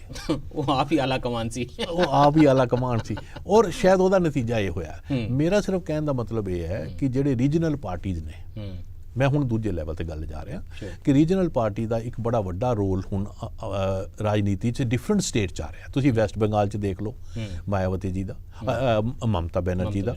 ਪੰਜਾਬ 'ਚ ਅਕਾਲੀ ਦਲ ਨੂੰ ਇਹਦਾ ਬੜਾ ਇੱਕ ਐਡਵਾਂਟੇਜ ਮਿਲਣਾ ਹੈ ਕਿਉਂਕਿ ਰੀਜਨਲ ਇਸ਼ੂਜ਼ ਇੱਕ ਰੀਜਨ 'ਚ ਰਿਜ਼ੋਲਵ ਹੋਣ ਤੇ ਸਿਰਫ ਡਿਸਪਿਊਟਡ ਜਿਹੜੇ ਇਸ਼ੂਜ਼ ਨੇ ਸੈਂਟਰ ਤੇ ਜਾਣ। That's what I was saying. ਇੱਥੇ Akali, let me stop you here, ਇੱਥੇ ਅਕਾਲੀ ਜਿਹੜਾ ਅਮਰਿੰਦਰ ਦੀ ਕਾਂਗਰਸ ਸੀ ਉਹ ਰੀਜਨਲ ਪਾਰਟੀ ਵਾਂਗ ਬਿਹੇਵ ਕਰ ਰਹੀ ਸੀ, ਉਹ ਰੀਜਨਲ ਕਾਂਗਰਸ ਵਰਗੀ ਲੱਗਦੀ ਸੀ ਕਿ ਉਹ ਜਹਾਜ਼ ਲੈ ਕੇ ਬਾਰ-ਬਾਰ ਨਹੀਂ ਜਾਵੇਗਾ। And Amarinder has done a good service to Congress ਕਿ ਉਹਨੇ ਇਹ ਗੱਲ ਅੰਡਰਲਾਈਨ ਵੀ ਕਰ ਦਿੱਤੀ ਹੈ ਕਿ ਮੈਂ ਤਾਂ ਨਹੀਂ ਸੀ ਇੱਦਾਂ ਭੱਜਿਆ ਜਾਂਦਾ। ਹੂ ਆਰ ਥੀਸ ਜੌਨੀਜ਼ ਜਿਹੜੇ ਭੱਜੇ ਫਿਰਦੇ ਨੇ? ਐਸਪੀ ਜੀ, ਦੋ ਗੱਲਾਂ ਹੈ ਮੈਂ ਜਿਹੜੀ ਚਲੋ ਮੈਂ ਹੁਣ ਤੁਸੀਂ ਮੇਰੀ ਭਾਸ਼ਾ ਨੂੰ ਥੋੜਾ ਸਿੰਪਲ ਕਰ ਦੇਣਾ। ਮੈਂ ਇਹ ਕਹਿਣਾ ਚਾਹੁੰਦਾ ਕਿ ਜਿਹੜੀਆਂ ਨੈਸ਼ਨਲ ਪਾਰਟੀਆਂ ਨੇ, ਚਾਹੇ ਬੀਜੇਪੀ ਹੈ, ਚਾਹੇ ਕਾਂਗਰਸ ਪਾਰਟੀ ਹੈ, ਚਾਹੇ ਆਮ ਆਦਮੀ ਪਾਰਟੀ ਹੈ, ਉਹਨਾਂ ਅੱਗੇ ਇੱਕ ਚੈਲੰਜ ਹੈ ਕਿ to nationalise the regional politics. ਠੀਕ ਹੈ। ਔਰ ਰੀਜਨਲ ਪਾਰਟੀ 'ਚ ਇੱਕ ਚੈਲੰਜ ਹੈ to nationalise their own regional politics. ਉਹਨਾਂ ਦਾ ਵੀ ਨੈਸ਼ਨਲ ਪੋਲਿਟਿਕਸ ਨੂੰ ਰੀਜਨਲਾਈਜ਼ ਕਰਨਾ, ਕਾਂਗਰਸ ਤੇ ਬੀਜੇਪੀ ਦਾ ਤੇ ਆਪ ਦਾ। ਇਹਨਾਂ ਦਾ ਜਿਹੜੀਆਂ ਰੀਜਨਲ ਪਾਰਟੀਜ਼ ਨੂੰ ਨੈਸ਼ਨਲਾਈਜ਼ ਕਰਨਾ। ਹੁਣ ਕੁਐਸਚਨ ਕੀ ਹੋਇਆ? I am saying the wrong timing. ਜਿਸ ਵੇਲੇ ਪੰਜਾਬ ਦੇ ਵਿੱਚ ਰੀਜਨਲਾਈਜੇਸ਼ਨ ਦਾ ਇੰਨਾ ਵੱਡਾ ਸਵਾਲ ਖੜਾ ਹੋ ਗਿਆ, ਇੱਥੇ ਇੱਕ ਅੰਦੋਲਨ ਵੀ ਤਾਂ ਚੱਲ ਰਿਹਾ ਨਾ। ਮੈਂ ਜਿਹੜਾ ਤੁਹਾਨੂੰ ਕਿਉਂ ਇਹ ਤੁਹਾਡੇ ਲਿਆ ਰਿਹਾ ਕਿ ਜਿਹੜੀਆਂ ਨੈਸ਼ਨਲ ਪਾਰਟੀਜ਼ ਨੇ ਉਹ ਫੇਲ ਹੋ ਗਈਆਂ ਰੀਜਨਲ ਪਾਰਟੀ ਪੋਲਿਟਿਕਸ ਨੂੰ ਨੈਸ਼ਨਲਾਈਜ਼ ਕਰਨ ਲਈ। ਇਸੇ ਕਰਕੇ ਕੋਐਲੀਸ਼ਨ ਪੋਲਿਟਿਕਸ ਦਾ ਜਿਹੜਾ ਦੌਰ ਚੱਲਦਾ ਹੈ ਸੈਂਟਰ 'ਚ ਕਿ ਡਿਫਰੈਂਟ ਰੀਜਨਲ ਪਾਰਟੀ ਨੂੰ ਤੁਸੀਂ ਰਿਪਰੈਜ਼ੈਂਟੇਸ਼ਨ ਦਿੰਦੇ ਹੋ ਕਿ ਉਹ ਆ ਕੇ ਆਪਣੀ ਪੋਲਿਟਿਕਸ ਨੂੰ ਨੈਸ਼ਨਲ ਲੈਵਲ ਤੇ ਵੀ ਆਰਟੀਕੂਲੇਟ ਕਰ ਸਕਣ। ਇਹ ਇਸੇ ਕਰਕੇ ਕੋਐਲੀਸ਼ਨ ਪੋਲਿਟਿਕਸ ਚੱਲੀ ਸੀ। ਮੈਂ ਸਿਰਫ ਤੁਹਾਨੂੰ ਇਹ ਕਹਿਣ ਦੀ ਕੋਸ਼ਿਸ਼ ਕਰ ਰਿਹਾ ਕਿ ਜਦੋਂ ਵੀ ਨੈਸ਼ਨਲ ਪਾਰਟੀਜ਼ ਆਪਣੇ ਨੈਸ਼ਨਲ ਏਜੰਡੇ ਨੂੰ ਰੀਜਨਲਾਈਜ਼ ਕਰਨ ਦੀ ਕੋਸ਼ਿਸ਼ ਕਰਦੇ ਨੇ, ਰੀਜਨ ਲੈਵਲ ਤੇ ਉਹਦਾ ਰਿਐਕਸ਼ਨ ਹੁੰਦਾ ਹੈ, ਉਹਦੀ ਓਪੋਜੀਸ਼ਨ ਹੁੰਦੀ ਹੈ। ਤੇ ਜਿਹੜੀ ਰੀਜਨਲ ਪਾਰਟੀ ਨੇ ਜੇ ਉਹ ਆਪਣਾ ਏਜੰਡਾ ਬਿਲਕੁਲ ਨੈਸ਼ਨਲ ਨਾਲ ਮਰਜ ਕਰ ਦਿੰਦੇ ਨੇ ਤੇ ਫਿਰ ਉਹਨਾਂ ਦੀ ਵੀ ਹੋਂਦ ਖਤਮ ਹੁੰਦੀ ਹੈ। ਇਹਦਾ ਮਤਲਬ ਇਹ ਹੈ ਕਿ ਉਹਨਾਂ ਨੂੰ ਆਪਣੇ ਰੀਜਨਲ ਇੰਟਰਸਟ, ਰੀਜਨਲ ਪੋਲਿਟਿਕਸ ਨੂੰ ਅਲਾਈਵ ਰੱਖਣਾ, ਇਹ ਅਕਾਲੀ ਦਲ ਲਈ ਬੜਾ ਵੱਡਾ ਚੈਲੰਜ ਹੈ ਕਿ ਕਿਉਂਕਿ there is a new entrant in politics ਹੈ ਨਾ, ਚਰਨਜੀਤ ਚੰਨੀ ਸਡਨਲੀ ਸੈਂਟਰ ਤੇ ਆਏ ਨੇ ਤੇ ਸਾਡੀ ਰਾਜਨੀਤੀ ਲਾਰਜਲੀ ਸ਼ਖਸੀਅਤਾਂ ਦੇ ਉੱਤੇ ਬੇਸਡ ਹੁੰਦੀ ਹੈ। ਇਹਨਾਂ ਦੀ ਸ਼ਖਸੀਅਤ ਦੇ ਉੱਤੇ ਅਜੇ ਰਾਜਨੀਤੀ ਨੂੰ ਬਿਲਡ ਕੀਤਾ ਜਾ ਰਿਹਾ, ਉਹਨਾਂ ਨੂੰ ਸੈਂਟਰ ਵਿੱਚ ਰੱਖਿਆ ਗਿਆ। ਜਿਸ ਵੇਲੇ ਜਿਸ ਤਰੀਕੇ ਨਾਲ ਚਰਨਜੀਤ ਚੰਨੀ ਗੱਲ ਕਰਦੇ ਨੇ, ਲੋਕਾਂ ਨੇ ਉਹਨਾਂ ਨੂੰ ਪਹਿਲੀ ਵਾਰੀ ਇਸ ਤਰੀਕੇ ਨਾਲ ਦੇਖਿਆ, ਭਾਵੇਂ ਉਹ ਲੰਬੇ ਸਮੇਂ ਤੋਂ ਰਾਜਨੀਤੀ ਵਿੱਚ ਵੀ ਨੇ, ਮੰਤਰੀ ਵੀ ਸੀ। ਇੱਕ ਉਹਨਾਂ ਦਾ ਕਨੈਕਟ ਲੋਕਾਂ ਦੇ ਨਾਲ ਦੇਖਣ ਦੇ ਵਿੱਚ ਆ ਰਿਹਾ। This is a new voice, it's a fresh voice. ਉਹ ਆਪਣੇ ਜੀਵਨ ਨੂੰ, ਆਪਣੀ ਪਿਛਲੀ ਗਰੀਬੀ ਨੂੰ, ਆਪਣੇ ਆਮ ਆਦਮੀ ਹੋਣ ਨੂੰ ਸਟ੍ਰੈਸ ਕਰਦੇ ਨੇ। ਤਾਂ ਇੱਕ ਕੁਐਸਚਨ ਉਹਨਾਂ ਨੇ ਰੇਜ਼ ਕਰ ਦਿੱਤਾ ਕਿ ਹੂ is the new Aam Aadmi, ਹੁਣ ਦਾ ਅੱਜ ਦਾ ਨਵਾਂ ਆਮ ਆਦਮੀ ਕੌਣ ਹੈ। ਸੋ ਇੱਕ ਹਥਿਆਰ ਉਹ ਆਮ ਆਦਮੀ ਪਾਰਟੀ ਦਾ ਕੁੰਡਾ ਕਰ ਰਹੇ ਨੇ। ਹੀ is kind of the fresh Arvind Kejriwal, ਜਿਹਦੇ ਤੇ ਅਜੇ ਕੋਈ ਦਾਗ ਨਹੀਂ ਹੈ, ਅਜੇ ਕੋਈ ਉਹਦਾ ਐਂਟੀ ਇਨਕੰਬੈਂਸੀ ਅਜੇ ਨਹੀਂ ਬਣੀ ਹੈ। ਨਵਾਂ ਵਿਅਕਤੀ ਆਇਆ ਤੇ ਉਸ ਤੁਹਾਨੂੰ ਕਹਿ ਰਿਹਾ ਕਿ ਦੇਖੋ ਭਰਾਵੋ, ਮੈਂ ਤੁਹਾਡੇ ਵਰਗਾ। Will this help, will this neutralise the Aam Aadmi Party challenge to some extent, ਤੇ ਕੀ ਇਹ 3 ਧਿਰੀ ਲੜਾਈ ਨੂੰ 2 ਧਿਰੀ ਬਣਾਏਗਾ ਇਫੈਕਟਿਵਲੀ? ਦੇਖੋ ਗੱਲ ਇਹ ਹੈ ਕਿ ਵਿਲ ਹੀ ਵਾਕ ਅਵੇ ਵਿਦ ਆਪ ਵੋਟਰਸ। ਦੇਖੋ ਗੱਲ ਮੈਂ ਤੁਹਾਨੂੰ ਇਸ ਕਰਕੇ ਇਹ ਗੱਲ ਕਹਿਣਾ ਚਾਹੁੰਦਾ ਬਾਰ-ਬਾਰ ਕਿ ਜਿਹੜੀ ਜਿੱਥੋਂ ਅਸੀਂ ਗੱਲ ਸ਼ੁਰੂ ਕੀਤੀ ਸੀ ਕਿ ਮੋਹਰੇ ਚਿਹਰੇ ਬਦਲਣ ਨਾਲ ਕਿ ਸਾਫ਼ ਸੁਥਰੇ ਚਿਹਰੇ ਲਾ ਤੇ ਚੰਗੇ ਮੇਕਅਪ ਵਾਲੇ ਬੰਦੇ ਲੈ ਆਂਦੇ, ਚੰਗੇ ਵੀ ਲੈ ਆਂਦੇ, ਤੇ ਜੇ ਮੈਂ ਸਾਰੇ 4.5 ਸਾਲ ਕੰਮ ਨਾ ਕਰਾਂ ਤੇ ਲੋਕ ਉਹਨਾਂ ਚਿਹਰਿਆਂ ਦੇ ਨਾਂ ਤੇ ਵੋਟ ਪਾ ਦੇਣਗੇ। ਸਾਫ਼ ਸੁਥਰੇ ਮੇਰੇ ਕੋਲ ਤੁਸੀਂ ਸਾਰਿਆਂ ਨੂੰ ਕਹਿ ਰਹੇ ਹੋ ਜਿਹੜੇ ਨਵੇਂ ਕੈਬਨਿਟ 'ਚ ਆਏ ਨੇ? ਨਹੀਂ, ਮੈਂ ਇਹ ਕਹਿ ਰਿਹਾ ਜਿਵੇਂ ਗੁਜਰਾਤ 'ਚ ਕਰ ਰਹੇ ਨੇ, ਜਿੱਥੇ ਕਰ ਰਹੇ ਨੇ, ਇਹ ਇੱਕ ਮਾਡਲ ਜਿਹੜਾ ਹੈ, ਇਹ ਮਾਡਲ ਜਿਹੜਾ ਹੈ ਮੈਨੂੰ ਇਹ ਲੱਗਦਾ ਬੜਾ ਸੁਪਰਫਿਸ਼ੀਅਲ ਮਾਡਲ ਹੈ। ਔਰ ਇਸੇ ਕਰਕੇ ਮੈਂ ਵੀ ਚੰਨੀ ਜੀ ਦੀ ਇੰਟੈਂਸ਼ਨ ਵੀ ਚੰਗੀਆਂ ਹੋਣੀਆਂ, ਕੁਝ ਲੋਕਾਂ ਦੇ ਅਪਲਿਫਟ ਵੀ ਕਰਨਾ ਚਾਹੁੰਦੇ ਹੋਣੇ ਹੈ, ਪਰ ਮੈਨੂੰ ਤਾਂ ਭੰਗੜਾ ਵੀ ਚੰਗਾ ਲੱਗਾ ਬਾਏ ਦਾ ਵੇ। ਹਾਂ, ਪਰ ਉਹਨਾਂ ਦੀ ਜਿਹੜੀ ਪਾਰਟੀ ਜਿੱਦਾਂ ਪਾਰਟੀ ਲੈਵਲ ਤੇ ਕੰਮ ਕੀਤਾ 4.5 ਸਾਲ, ਜਾਂ ਉਸ ਪਾਰਟੀ ਦੀ ਰਾਜਨੀਤੀ ਜਿਹੜੀ ਹੈ, ਦੋਸ ਕੁਐਸਚਨਸ ਵੋਂਟ ਗੋ ਅਵੇ। ਤੁਹਾਡਾ ਕਹਿਣਾ ਉਹ ਪ੍ਰਸ਼ਨ ਲੋਕ ਪੁੱਛਦੇ ਰਹਿਣਗੇ? ਨਹੀਂ, ਪੁੱਛਦੇ ਰਹਿਣਗੇ। ਔਰ ਦੂਜੀ ਗੱਲ ਹੈ, ਜਦੋਂ ਤੁਸੀਂ ਹੁਣ ਵੀ ਜਦੋਂ ਉੱਥੇ ਆਉਂਦੇ ਹੋ, ਤੁਹਾਡੇ ਦੇ ਪੁਲਸ ਐਂਡ ਪ੍ਰੈਸ਼ਰ ਇੰਨੇ ਹੁੰਦੇ ਨੇ ਕਿਉਂਕਿ ਇਹ ਪੋਲਿਟਿਕਸ ਇੰਟਰਸਟ ਬੇਸਡ ਹੈ ਔਰ ਅਲੱਗ-ਅਲੱਗ ਤਰ੍ਹਾਂ ਦੇ ਲੋਕ ਉਹਨਾਂ ਦੇ ਆਸੇ-ਪਾਸੇ ਨੇ, ਉਹਨਾਂ ਦੇ ਆਪਣੇ ਇੰਟਰਸਟ ਨੇ, ਤੇ ਇਹ ਕੋਈ ਇੰਨਾ ਡੋਮੀਨੈਂਟ ਅੰਬੇਦਕਰ ਜੀ ਨਹੀਂ ਬਣ ਗਏ ਚੀਫ ਮਿਨਿਸਟਰ। ਪਹਿਲੀ ਗੱਲ ਤਾਂ ਇਹ ਮੰਨ ਲਓ, ਪਰ ਆਪਣੇ ਆਪ 'ਚ ਉਹਨਾਂ ਦੀ ਇੰਟੈਂਸ਼ਨ ਠੀਕ ਹੋ ਸਕਦੀ ਹੈ, ਪਰ ਮੈਂ ਇੰਡੀਵਿਜੂਅਲ ਨੂੰ ਇੰਨਾ ਜ਼ਿਆਦਾ ਆਟੋਨਮਸ ਨਹੀਂ ਬਣਦਾ ਕਿ ਵੀ ਉਹ ਜਿਹੜੇ ਗੁਰੂ ਨਾਨਕ ਦੇਵ ਜੀ ਨੇ ਜਾਂ ਸਿੱਖੀਜ਼ਮ ਨੇ ਇੱਕ ਰਿਫਾਰਮ ਦਾ ਪ੍ਰੋਸੈਸ ਸ਼ੁਰੂ ਕੀਤਾ ਸੀ, ਹੁਣ ਇਹ ਸ਼ਾਇਦ ਇਹ ਉਸੇ ਤਰ੍ਹਾਂ ਨਾਲ ਅੱਗੇ ਲੈ ਕੇ ਜਾ ਸਕਦੇ। ਉਹ ਤਾਂ ਕਹਿੰਦੇ ਨੇ ਇਨਸਾਫ ਦਵਾ ਰਹੇ ਨੇ ਨਾ, ਉਹਨਾਂ ਨੇ ਸਾਰਿਆਂ ਨੂੰ ਇਨਸਾਫ ਦਵਾ ਦੇਣਾ, ਉਹਨਾਂ ਨੇ ਗੁਰੂ ਤੋਂ ਲੈ ਕੇ ਸਭ ਨੂੰ ਇਨਸਾਫ ਦਵਾਉਣਾ। ਨਹੀਂ, ਮੇਰਾ ਕਹਿਣ ਦਾ ਮਤਲਬ ਸਿਰਫ ਇੰਨਾ ਹੈ ਕਿ ਵੀ ਆਪਾਂ ਇੰਡੀਵਿਜੂਅਲ ਚੰਗਾ ਹੋਇਆ ਬਣ ਗਏ ਹੋ ਔਰ ਅੱਛੀ ਗੱਲ ਹੈ ਵੀ, ਪਰ ਜਿਸ ਹਿਸਾਬ ਸਿਰ ਬਣੇ, ਤੁਸੀਂ ਕਿਹਾ ਸੀ ਮੀਨਸ ਇੰਪੋਰਟੈਂਟ, ਮੇਰੇ ਹਿਸਾਬ ਸਿਰ ਮੀਨਸ ਬਹੁਤ ਇੰਪੋਰਟੈਂਟ ਹੈ ਕਿਉਂਕਿ ਉਹ 'ਚ ਪੋਲੀਟੀਕਲ ਮੈਸੇਜ ਹੈ ਔਰ ਮੈਸੇਜ ਬੜਾ ਰੈਟਰੋਗ੍ਰੈਸਿਵ ਹੈ, ਡਿਵੀਸਿਵ ਹੈ ਔਰ ਪੰਜਾਬ ਦੀ ਰਾਜਨੀਤੀ ਪੋਲਰਾਈਜ਼ ਕਰਨ ਵਾਲਾ, ਪਾਉਣ ਵਾਲਾ ਹੈ, ਪਿੱਛੇ ਨੂੰ ਲੈ ਕੇ ਜਾਣ ਵਾਲਾ ਹੈ, ਪੰਜਾਬ ਦੀ ਰਾਜਨੀਤੀ ਦੇ ਵਿੱਚ ਧਰੁਵੀਕਰਨ ਕਰਨ ਵਾਲਾ। ਮੈਨੂੰ ਬ੍ਰੇਕ ਲਈ ਰੁਕਣਾ ਪੈ ਰਿਹਾ, ਮੈਂ ਜਦੋਂ ਵਾਪਸ ਆਵਾਂਗਾ ਤੇ ਆਈ ਥਿੰਕ ਪੰਜਾਬ ਦੇ ਵਡੇਰੇ ਸਵਾਲਾਂ ਬਾਰੇ ਗੱਲ ਕਰਨ ਦੀ ਜ਼ਰੂਰਤ ਹੈ ਕਿ ਅੰਦੋਲਨ ਦੇ ਮੈਟ੍ਰਿਕਸ ਵਿੱਚ ਹੋਣ ਵਾਲੀਆਂ ਚੋਣਾਂ ਕੀ ਕੁਝ ਡਿਫਰੈਂਟ ਤਰੀਕੇ ਨਾਲ ਲੜੀਆਂ ਜਾਣਗੀਆਂ, ਕਿ ਨਵੇਂ ਤਰੀਕੇ ਦੀ ਬਹਿਸ ਜਿਹੜੀ ਆ ਉਹ ਅਸੀਂ ਅਗਲੇ ਕੁਝ ਮਹੀਨਿਆਂ ਵਿੱਚ ਦੇਖਾਂਗੇ। We'll talk about this after this break.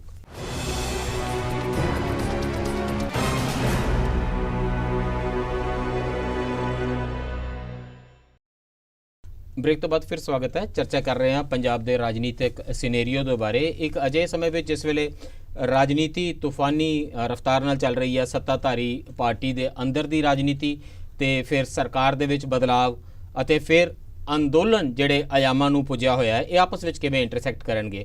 Doctor Pramod Kumar ji, ਇਹ ਜਿਹੜੇ ਚੋਣਾਂ ਹੋਣੀਆਂ ਨੇ, in fact even in the run up to the elections ਅੰਦੋਲਨ ਬਹੁਤ ਮੈਟਰ ਕਰ ਰਿਹਾ ਹੈ। ਤੁਹਾਡੇ ਸਾਰੇ ਇਲੈਕਟੋਰਲ ਕੈਂਪੇਨ ਨੂੰ ਅੰਦੋਲਨ ਡਿਫਾਈਨ ਕਰ ਰਿਹਾ, ਰੈਸਟ੍ਰੇਨ ਵੀ ਕਰ ਰਿਹਾ ਤੇ ਬਲਕਿ ਆਲਮੋਸਟ ਡਿਕਟੇਟ ਕਰ ਰਿਹਾ। ਤੁਸੀਂ ਕਦੋਂ ਅੰਦੋਲਨ ਕਦੋਂ ਆਪਣਾ ਪੋਲ ਵੋਟਾਂ ਮੰਗ ਸਕਦੇ ਹੋ, ਕਦੋਂ ਪੋਲ ਕੈਂਪੇਨਿੰਗ ਕਰ ਸਕਦੇ ਹੋ, ਇਹ ਵੀ ਅੰਦੋਲਨ ਵਾਲੇ ਕਹਿ ਰਹੇ ਨੇ। ਇੱਕ ਅਜਿਹੇ ਸਮੇਂ ਜਿਸ ਵੇਲੇ ਪੰਜਾਬ ਦੇ ਲੋਕਾਂ ਦਾ ਬਹੁਤ ਡੂੰਘੇ ਲੈਵਲ ਦੇ ਉੱਤੇ ਰਾਜਨੀਤੀਕਰਨ ਹੋ ਚੁੱਕਿਆ, ਲੋਕ ਮੁੱਦਿਆਂ ਨਾਲ ਜੁੜਦੇ ਨੇ, ਸਮਝਣ ਦੀ ਕੋਸ਼ਿਸ਼ ਕਰਦੇ ਨੇ, ਜੋ ਜਿਸ ਤਰ੍ਹਾਂ ਵੀ ਉਹਨਾਂ ਨੂੰ ਸਮਝ ਆਉਂਦਾ, ਸਵਾਲ ਪੁੱਛਦੇ ਨੇ, ਤੁਹਾਨੂੰ ਜਾਂਚਦੇ ਨੇ, ਤੁਹਾਨੂੰ ਜੱਜ ਕਰਦੇ ਨੇ, ਆਪਣੇ ਓਪੀਨੀਅਨ ਬਣਾਉਂਦੇ ਨੇ।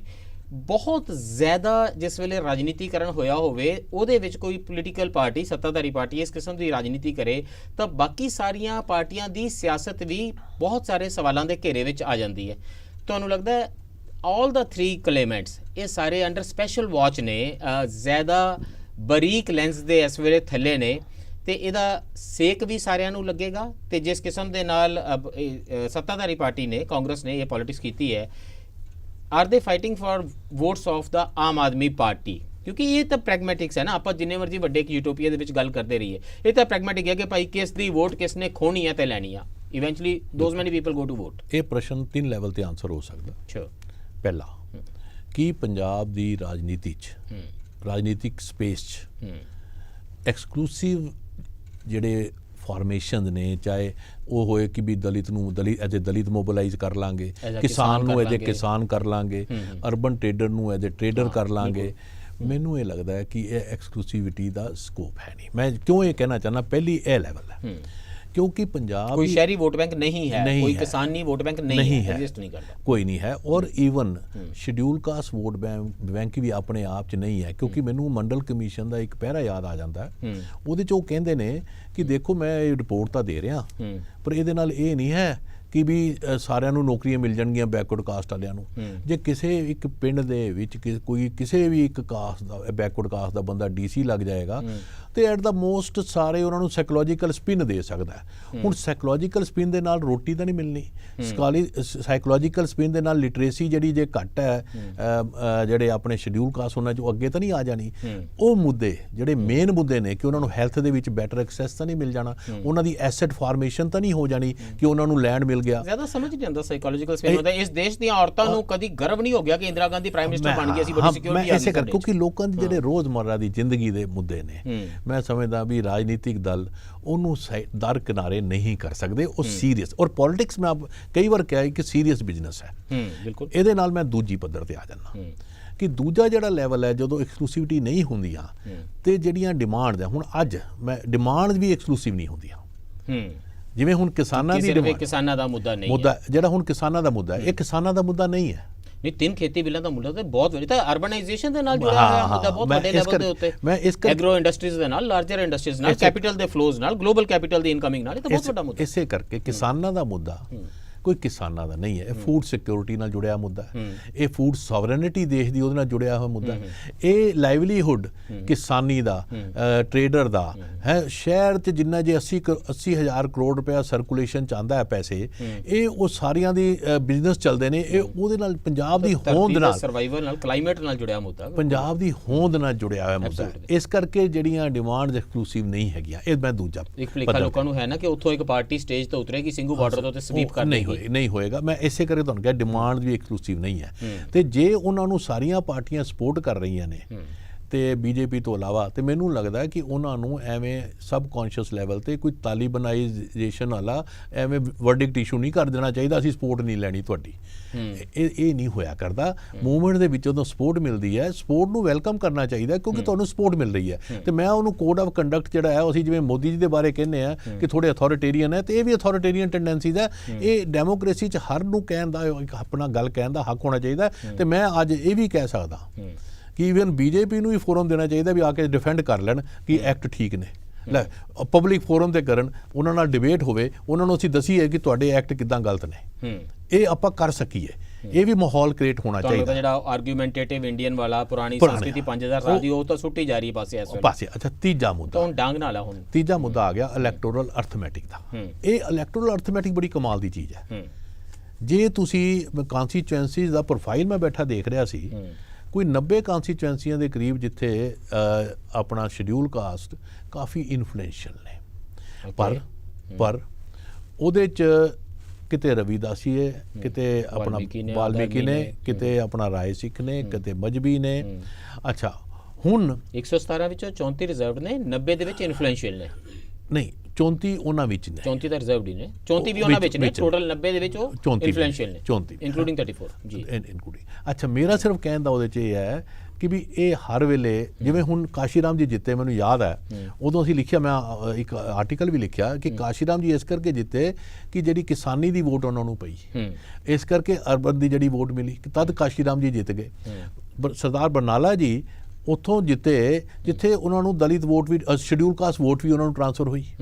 ਅੱਛਾ, ਤਦ ਜਿੱਤੇ। ਇਹਦਾ ਮਤਲਬ ਇਹ ਹੈ ਕਿ ਜਦ ਪੋਲੀਟੀਕਲ ਪਾਰਟੀਆਂ ਦੇ ਥੱਲੇ ਜਦੋਂ ਕੰਬੀਨੇਸ਼ਨ ਹੈ, ਕੋਈ ਵੀ ਪਾਰਟੀ ਕਿਸੇ ਇੱਕ ਸਪੋਰਟ ਬੇਸ ਤੇ ਇੱਕ ਵੀ ਸੀਟ ਨਹੀਂ ਜਿੱਤ ਸਕਦੀ। ਇਹ ਪੰਜਾਬ ਦੀ ਮਲਟੀਕਲਚਰਲ ਜਿਹੜੀ ਰਿਐਲਿਟੀ ਹੈ, ਉਹ ਤੁਹਾਡੇ ਇਲੈਕਟੋਰਲ। ਪ੍ਰਸ਼ਾਂਤ ਕਿਸ਼ੋਰ ਨੇ ਇਹਨੂੰ ਬਦਲ ਸਕਦਾ, ਕੋਈ ਪ੍ਰਸ਼ਾਂਤ ਕਿਸ਼ੋਰਾਈਜੇਸ਼ਨ ਨਹੀਂ ਹੋ ਸਕਦੀ ਇੱਥੇ ਪੋਲੀਟੀਕਲ ਅਰਥਮੈਟਿਕ ਦੀ? ਦੇਖੋ ਪ੍ਰਸ਼ਾਂਤ ਕਿਸ਼ੋਰ ਜੀ ਨੇ ਪੁੱਛਣਾ ਤੇ ਮੈਂ ਇਹ ਵੀ ਚਾਹ ਰਿਹਾ ਵੀ ਜਿਹੜੀਆਂ ਹੈਲੀਕਾਪਟਰ ਜਰਨੀਆਂ ਤੇ ਜੈਟ ਜਰਨੀਜ਼ ਹੈ ਤੇ ਸਾਰਾ ਆਪਟਿਕਸ ਹੈ, ਇਹਦੇ ਪਿੱਛੇ ਵੀ ਪ੍ਰਸ਼ਾਂਤ ਕਿਸ਼ੋਰ ਦਾ ਕੋਈ ਹੱਥ ਲੱਗਦਾ? ਦੇਖੋ ਗੱਲ ਇਹ ਹੈ, ਉਹ ਜਿਹੜਾ ਮੈਨੇਜਮੈਂਟ ਦੇ ਨਾਲ ਰਾਜਨੀਤੀ ਰਨ ਕਰਨਾ, ਉਹ ਪਹਿਲੇ ਮਾਡਲ ਤੁਹਾਨੂੰ ਦੱਸਿਆ MBA ਪਲੱਸ ਲੈਪਟਾਪ ਪਲੱਸ, ਮੈਂ ਤੁਹਾਨੂੰ ਦੱਸਿਆ ਸੀ ਵੀ ਉਹ ਮਾਡਲ ਆਊਟਸੋਰਸ ਕਰਕੇ ਕੀਤੀ ਸੀ ਕੋਸ਼ਿਸ਼ ਕਿ ਮੈਨੇਜਮੈਂਟ ਸਿਸਟਮ ਨਾਲ ਹੀ ਰਾਜਨੀਤੀ ਚਲਾ ਲਓ। ਇਹ ਦੂਜੀ ਆਊਟਸੋਰਸਿੰਗ ਇਹ ਆਊਟਸੋਰਸਿੰਗ ਦੇਖੋ ਪੰਜਾਬ 'ਚ ਜੇ ਪਹਿਲੀ ਆਊਟਸੋਰਸਿੰਗ ਰਿਟਾਇਰਡ ਬਿਊਰੋਕਰੈਟ ਨੂੰ ਹੋਈ ਸੀ, ਦੂਜੀ ਆਊਟਸੋਰਸਿੰਗ ਪ੍ਰਸ਼ਾਂਤ ਕਿਸ਼ੋਰ ਨੂੰ ਕੀਤੀ ਗਈ ਸੀ ਰਾਜਨੀਤੀ ਦੀ, ਔਰ ਉਹ ਤੋਂ ਰਿਵੋਲਟ ਨਿਕਲਿਆ ਕਿ ਜਦੋਂ ਉਹਨਾਂ ਨੇ ਕਿਹਾ ਵੀ ਅਸੀਂ ਕੁਝ ਐਮਐਲਏ ਨੂੰ ਟਿਕਟਾਂ ਨਹੀਂ ਦੇਵਾਂਗੇ ਪੁਰਾਣਿਆਂ ਨੂੰ, ਤੇ ਉਹ ਤੁਸੀਂ ਦੇਖ ਲਓ ਕੀ ਨਿਕਲਿਆ ਉਹਦੇ ਚੋਂ।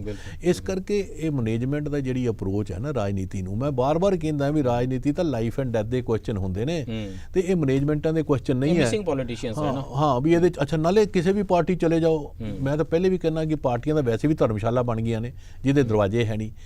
ਹੁਣ ਮੈਨੂੰ ਲੋਕ ਪੁੱਛਦੇ ਸੀ ਕਿ ਬਿਨਾਂ ਆਈਡੀਓਲੋਜੀ ਤੋਂ ਇੱਧਰ ਉੱਧਰ ਜਾ ਸਕਦੇ ਹੋ, ਉਹ ਸਵਾਲ ਪੁੱਛਿਆ ਗਿਆ ਵੀ ਕੈਪਟਨ ਸਾਹਿਬ ਹੁਣ ਕੀ ਕਰਨਗੇ, ਕਿੱਧਰ ਜਾਣਗੇ, ਤੇ ਮੈਂ ਕਿਹਾ ਵੀ ਯਾਰ ਇਹ ਤਾਂ ਕਿਸੇ ਵੀ ਪੋਲੀਟੀਕਲ ਸਾਇੰਟਿਸਟ ਜਾਂ ਜਰਨਲਿਸਟ ਕੋਲ ਇਹ ਸਵਾਲ ਦਾ ਜਵਾਬ ਹੈ ਨਹੀਂ ਕਿ ਜਦੋਂ ਪਾਰਟੀਆਂ ਦੇ ਦਰਵਾਜ਼ੇ ਨਾ ਹੋਣ, ਧਰਮਸ਼ਾਲਾ ਬਣ ਗਈਆਂ ਹੋਣ, ਕਿਤੇ ਵੀ ਰਾਤ ਬਿਤਾ ਸਕਦੇ ਨੇ, ਕਿਤੇ ਵੀ ਅੱਗੇ ਜਾ ਸਕਦੇ ਨੇ ਕੋਈ ਵੀ ਬੰਦਾ, ਕਿਉਂਕਿ ਆਈਡੀਓਲੋਜੀ ਨਹੀਂ। ਸਿਆਣੇ ਲੋਕਾਂ ਦਾ ਕਹਿਣਾ ਕਿ ਜਦੋਂ ਕਾਂਗਰਸ 'ਚ ਵੀ ਸੀ ਬੈਠੇ ਦੂਜੇ ਕਮਰੇ 'ਚ ਹੋਏ ਸੀਗੇ, ਪਾਰਟੀ ਇੰਨੇ ਨੈਸ਼ਨਲਿਸਟ ਸੀਗੇ ਕਿ ਆਲਮੋਸਟ ਇਦਾਂ ਲੱਗਦਾ ਸੀ ਜਿਵੇਂ ਬੀਜੇਪੀ ਦੀ ਸਰਕਾਰ ਚੱਲ ਰਹੀ ਹੋਵੇ। ਘੱਟੋ ਘੱਟ ਉਹਨਾਂ ਦਾ ਨੈਰੇਟਿਵ ਸਾਰਾ ਅਲਟਰਾ ਨੈਸ਼ਨਲਿਸਟ ਰਿਹਾ। ਉਹ ਕਹਿੰਦੇ ਨੇ ਵੀ ਜਿਹੜਾ ਕਸ਼ਮੀਰ ਦੇ ਵਿੱਚ ਬੰਦਾ ਜੀਪ ਦੇ ਉੱਤੇ ਬੰਨਿਆ ਮੇਜਰ ਨੇ, ਉਹਨੂੰ ਤੇ ਬਰੇਵਰੀ ਮੈਡਲ ਦੇਣਾ ਚਾਹੀਦਾ। ਉਹਨਾਂ ਨੇ ਆਰਟੀਕਲ ਲਿਖਿਆ ਇੰਡੀਅਨ ਐਕਸਪ੍ਰੈਸ ਦੇ ਵਿੱਚ, ਕੈਪਟਨ ਅਮਰਿੰਦਰ ਸਿੰਘ ਨੇ। ਦੇਖੋ ਇਹ ਤਾਂ ਬਿਲਕੁਲ ਪਤਾ ਨਹੀਂ ਹੁਣ ਰਾਹੁਲ ਗਾਂਧੀ ਨੂੰ ਕਿੱਦਾਂ ਹਜ਼ਮ ਹੁੰਦੇ ਨੇ ਸਭ। ਨਹੀਂ, ਉਹਨਾਂ ਦਾ ਡਾਈਜੈਸ਼ਨ ਬੜੀ ਠੀਕ ਹੈ, ਰਾਹੁਲ ਗਾਂਧੀ ਜੀ। ਮੈਨੂੰ ਤਾਂ ਇਹ ਵੀ ਨਹੀਂ ਪਤਾ ਡਾਕਟਰ ਸਾਹਿਬ ਕਿ ਹੁਣ ਅਮਰਿੰਦਰ ਸਿੰਘ ਜੀ ਕੀ ਕਹਿ ਦੇਣ ਤਾਂ ਉਹਨਾਂ ਨੂੰ ਪਾਰਟੀ ਕਾਂਗਰਸ ਚੋਂ ਕੱਢੇਗੀ। ਉਹਨਾਂ ਨੇ ਇਹ ਤਾਂ ਕਹਿ ਹੀ ਦਿੱਤਾ ਕਿ ਰਾਹੁਲ ਗਾਂਧੀ ਨਲਾਇਕ ਹੈ, ਪ੍ਰਿਯੰਕਾ ਗਾਂਧੀ ਨਲਾਇਕ ਹੈ, ਤੇ ਜਿਹੜਾ ਆਦਮੀ ਉਹਨਾਂ ਨੇ ਪੰਜਾਬ ਦੀ ਕਾਂਗਰਸ ਦੀ ਪ੍ਰਧਾਨਗੀ ਲਈ ਚੁਣਿਆ ਉਹ ਪਾਕਿਸਤਾਨ ਨਾਲ ਰਲਿਆ ਹੋਇਆ ਤੇ ISI ਦੇ ਕਹਿਣ ਤੇ ਕੰਮ ਕਰ ਰਿਹਾ। ਇਸ ਤੋਂ ਬਾਅਦ ਉਹ ਕੀ ਕਹਿ ਦੇਣ ਵੀ ਮੈਂ ਰਾਹੁਲ ਗਾਂਧੀ ਨੂੰ 10:30 ਵਜੇ ਜਾ ਕੇ ਕਸੂਨ ਮਾਰ ਕੇ ਕੁੱਟਾਂਗਾ। So who is the front runner now? Let me ask you. Akali Dal is the front runner now in Punjab politics. ਨਹੀਂ, ਉਹ ਤਾਂ ਚਲੋ ਮੈਨੂੰ ਤੁਸੀਂ ਪੁੱਛਿਆ, ਉਹਨਾਂ ਨੂੰ ਫਿਰ ਅਗਲੀ ਸ਼ੋਅ 'ਚ ਪੁੱਛ ਲੈਣਾ। ਅੱਜ ਦੀ ਤਾਰੀਖ ਦੇ ਵਿੱਚ ਅਕਾਲੀ ਦਲ ਫਰੰਟ ਰਨਰ ਹੈ। ਫਰੰਟ ਰਨਰ ਕਿਉਂਕਿ ਤੁਸੀਂ ਰਿਵਰਸ ਕੰਸੋਲੀਡੇਸ਼ਨ ਕੀਤੀ ਹੈ ਪੰਜਾਬ ਦੀ ਰਾਜਨੀਤੀ 'ਚ। ਜੇ ਤੁਸੀਂ ਇਹ ਰਿਵਰਸ ਕੰਸੋਲੀਡੇਸ਼ਨ ਨਾ ਕਰਦੇ then one would have thought about it ਵੀ ਕੀ ਹੋਰ ਹੋ ਸਕਦਾ। ਇਹ ਮੈਂ ਇਸੇ ਬਹੁਤ ਗੱਲਬਾਤ ਹੈ ਕਿ ਅਕਾਲੀ ਦਲ ਦੇ ਖਿਲਾਫ ਤਾਂ ਗੁੱਸਾ ਬਹੁਤ ਹੈ ਜੀ। ਅੱਛਾ, ਹੁਣ ਉਹਦੇ 'ਚ ਦੇਖੋ ਪੰਜਾਬ ਦੇ ਵਿੱਚ ਨਾ ਦੋ ਗੱਲਾਂ ਹੈ। ਤੁਸੀਂ ਇਹ ਕਹਿ ਰਹੇ ਹੋ ਵੀ ਅਸੀਂ ਕੋਈ ਪਰਫਾਰਮ ਵੀ ਨਹੀਂ ਕਰਾਂਗੇ, ਅਸੀਂ ਕਰਪਟ ਵੀ ਹੋਵਾਂਗੇ, ਪਰ ਅਸੀਂ ਧਰਮ ਦੇ ਨਾਂ ਤੇ ਤੁਹਾਡਾ ਬੇਵਕੂਫ ਬਣਾ ਕੇ ਵੋਟ ਲੈ ਲਾਂਗੇ। ਇਹ 'ਚ ਵੀ ਬੜੇ ਔਨੈਸਟ ਨੇ। ਇਹ 'ਚ ਕਹਿੰਦੇ ਨੇ ਵੀ ਅਸੀਂ ਬਰਗਾਰੀ ਦਾ ਇਸ਼ੂ ਯੂਜ਼ ਕਰਕੇ ਤੇ ਅਸੀਂ ਦੂਜੀਆਂ ਪਾਰਟੀਆਂ ਨੂੰ ਚੁੱਪ ਕਰਾ ਲਾਂਗੇ। ਪਬਲਿਕਲੀ ਖੁੱਲ ਕੇ ਕਹਿ ਰਹੇ ਨੇ। ਔਰ ਇਹਦੇ 'ਚ ਇੱਕ ਹੋਰ ਇੰਟਰਸਟਿੰਗ ਦੇਖੋ, ਪੰਜਾਬ 'ਚ ਕਹਾਵਤ ਹੈ ਨਾ ਕਿ ਤੁਸੀਂ ਧੜੇ ਨਾਲ ਹੋ ਕਿ ਧਰਮ ਨਾਲ ਹੋ। ਉਹ ਕਹਿੰਦੇ ਜੀ ਆਪਾਂ ਧੜੇ ਨਾਲ। ਇਹ ਫੋਕਲੋਰ ਹੈ ਵੀ ਕੁਐਸਚਨ ਤੇ ਹੈ ਵੀ ਜੇ ਤੁਸੀਂ ਬਰਗਾਰੀ ਕਹੋਗੇ ਉਹਨੂੰ ਭੁੱਖਾ ਮਾਰ ਰਹੇ ਹੋ, ਉਹਦਾ ਕੋਈ ਕੰਮ ਨਹੀਂ ਕਰ ਰਿਹਾ, ਕਿਸਾਨ ਉੱਤੇ ਬੈਠਾ ਹੈ ਐਜੀਟੇਟ ਕਰ ਰਿਹਾ, ਉਹਦਾ ਕੋਈ ਹੱਲ ਨਹੀਂ ਹੈ। ਕੋਈ ਜਿਹੜੇ ਸ਼ਡਿਊਲ ਕਾਸਟ ਵਿਚਾਰੇ ਉਹਨਾਂ ਦੀ ਵੇਜਿਸ ਜਿਹੜੀਆਂ ਫਾਰਮ ਲੇਬਰ ਦੀਆਂ, ਉਹਦੇ ਬਾਰੇ ਕੋਈ ਗੱਲਬਾਤ ਨਹੀਂ ਤੁਹਾਡੇ ਕੋਲ, ਇੰਪਲਾਇਮੈਂਟ ਜਨਰੇਟ ਕਰਨ ਲਈ ਕੋਈ ਗੱਲਬਾਤ ਨਹੀਂ। ਤੁਸੀਂ ਕਹਿੰਦੇ ਜੀ ਇੱਦਾਂ ਹੈ, ਹੁਣ ਆਪਾਂ ਕਰਨਾ ਕੁਛ ਨਹੀਂ ਹੈ, ਅਸੀਂ ਤਾਂ ਕਰਪਟ ਵੀ ਹੈਗੇ ਆ, ਅਸੀਂ ਪਰਫਾਰਮ ਵੀ ਨਹੀਂ ਕਰਾਂਗੇ, ਬਰਗਾਰੀ ਤੇ ਕਰਕੇ ਵੋਟ ਦੇ ਦਿਓ। ਮੈਂ ਸਮਝਦਾ ਇਹ ਰੈਟਰੋਗ੍ਰੈਸਿਵ ਰਾਜਨੀਤੀ ਹੈ। ਔਰ ਇਸ ਰੈਟਰੋਗ੍ਰੈਸ਼ਨ ਨੂੰ ਪੰਜਾਬ ਜਿਹੜਾ ਇੱਕ ਮੈਂ ਮਲਟੀਕਲਚਰਲ ਬੜੀ ਹੈਲਦੀ ਸੁਸਾਇਟੀ ਸਮਝਦਾ, ਔਰ ਹਿੰਦੁਸਤਾਨ 'ਚ ਸ਼ਾਇਦ ਇੱਕੋ ਹੀ ਸੁਸਾਇਟੀ ਹੈ ਵੀ ਜਿਹੜੀ ਹੈਲਦੀ ਹੈ ਕਿ ਅਰੁਣ ਜੇਤਲੀ ਜੀ ਆ ਕੇ ਅੰਮ੍ਰਿਤਸਰ ਤੋਂ ਹਾਰਦੇ ਨੇ, ਜਿਹਦੀ ਸ਼ਹਿਰ ਤੋਂ ਜਿੱਥੇ ਹਿੰਦੂ ਮੈਜੋਰਿਟੀ ਹੋਵੇ। ਪੰਜਾਬ ਦਾ ਹਿੰਦੂ ਹਿੰਦੂਤਵਾ ਨਹੀਂ ਹੈ, ਉਹ ਰਾਮ ਜਨਮੂਲੀਆਂ ਨਹੀਂ ਦੇਖਦਾ। ਪੰਜਾਬ ਦਾ ਦਲਿਤ ਮਾਇਆਵਤੀ ਵੱਲ ਨਹੀਂ ਦੇਖਦਾ। ਪੰਜਾਬ ਦਾ ਹਿੰਦੂ 50% ਸਿੱਖ ਹੈ, 25% ਸਨਾਤਨੀ ਹੈ, 25% ਆਰਿਆ ਸਮਾਜੀ ਹੈ। ਹੁਣ ਦੱਸੋ ਇਹ ਕਿਹੜੀ ਇਹ ਕਨਫੀਗਰੇਸ਼ਨ ਤੁਹਾਨੂੰ ਕਿੱਥੇ ਮਿਲੂਗੀ? ਪੰਜਾਬੀਅਤ ਵਾਲੀ ਦਿਸਦਾ। ਤੇ ਮੈਨੂੰ ਤਾਂ ਕਈ ਵਾਰੀ ਇਹ ਜਾਪਦਾ ਕਿ ਜਿਸ ਵੇਲੇ ਪੰਜਾਬ ਦੇ ਗੁਰੂ ਦੇ ਬੱਚਿਆਂ ਦੇ ਸੁਪਨੇ ਮਰਦੇ ਨੇ ਤੇ ਉਹ ਦੇਸ਼ ਛੱਡ ਕੇ ਭੱਜਦੇ ਨੇ ਆਈਲੈਟਸ ਬੈਂਡ ਕਰਾ ਕੇ, ਤੇ ਇੱਥੇ ਕਿਸੇ ਬੱਚੇ ਦੇ ਰੁਜ਼ਗਾਰ ਛਿੰਡਦੇ ਨੇ ਜਾਂ ਬੱਚੇ ਮਰਦੇ ਨੇ ਜਾਂ ਦਵਾਈਆਂ ਮਹਿੰਗੀਆਂ ਹੁੰਦੀਆਂ ਨੇ ਜਾਂ ਇਲਾਜ ਕੋਲੋਂ ਬੱਚੇ ਮਰਦੇ ਨੇ, ਤਾਂ ਗੁਰੂ ਦੀ ਬੇਅਦਬੀ ਤਾਂ ਉਸ ਵੇਲੇ ਹੁੰਦੀ ਹੈ। ਜਿਹੜੇ ਪੋਲੀਟੀਸ਼ੀਅਨ ਨੂੰ ਨਹੀਂ ਜਾਪਦਾ ਕਿ ਇਹ ਗੁਰੂ ਦੀ ਬੇਅਦਬੀ ਹੋ ਰਹੀ ਹੈ, ਉਹ ਫਿਰ ਸੱਤਾ 'ਚ ਰਹਿਣ ਦਾ ਉਹਨੂੰ ਕੋਈ ਹੱਕ ਹੀ ਨਹੀਂ ਹੈ। But light me ask you the last question.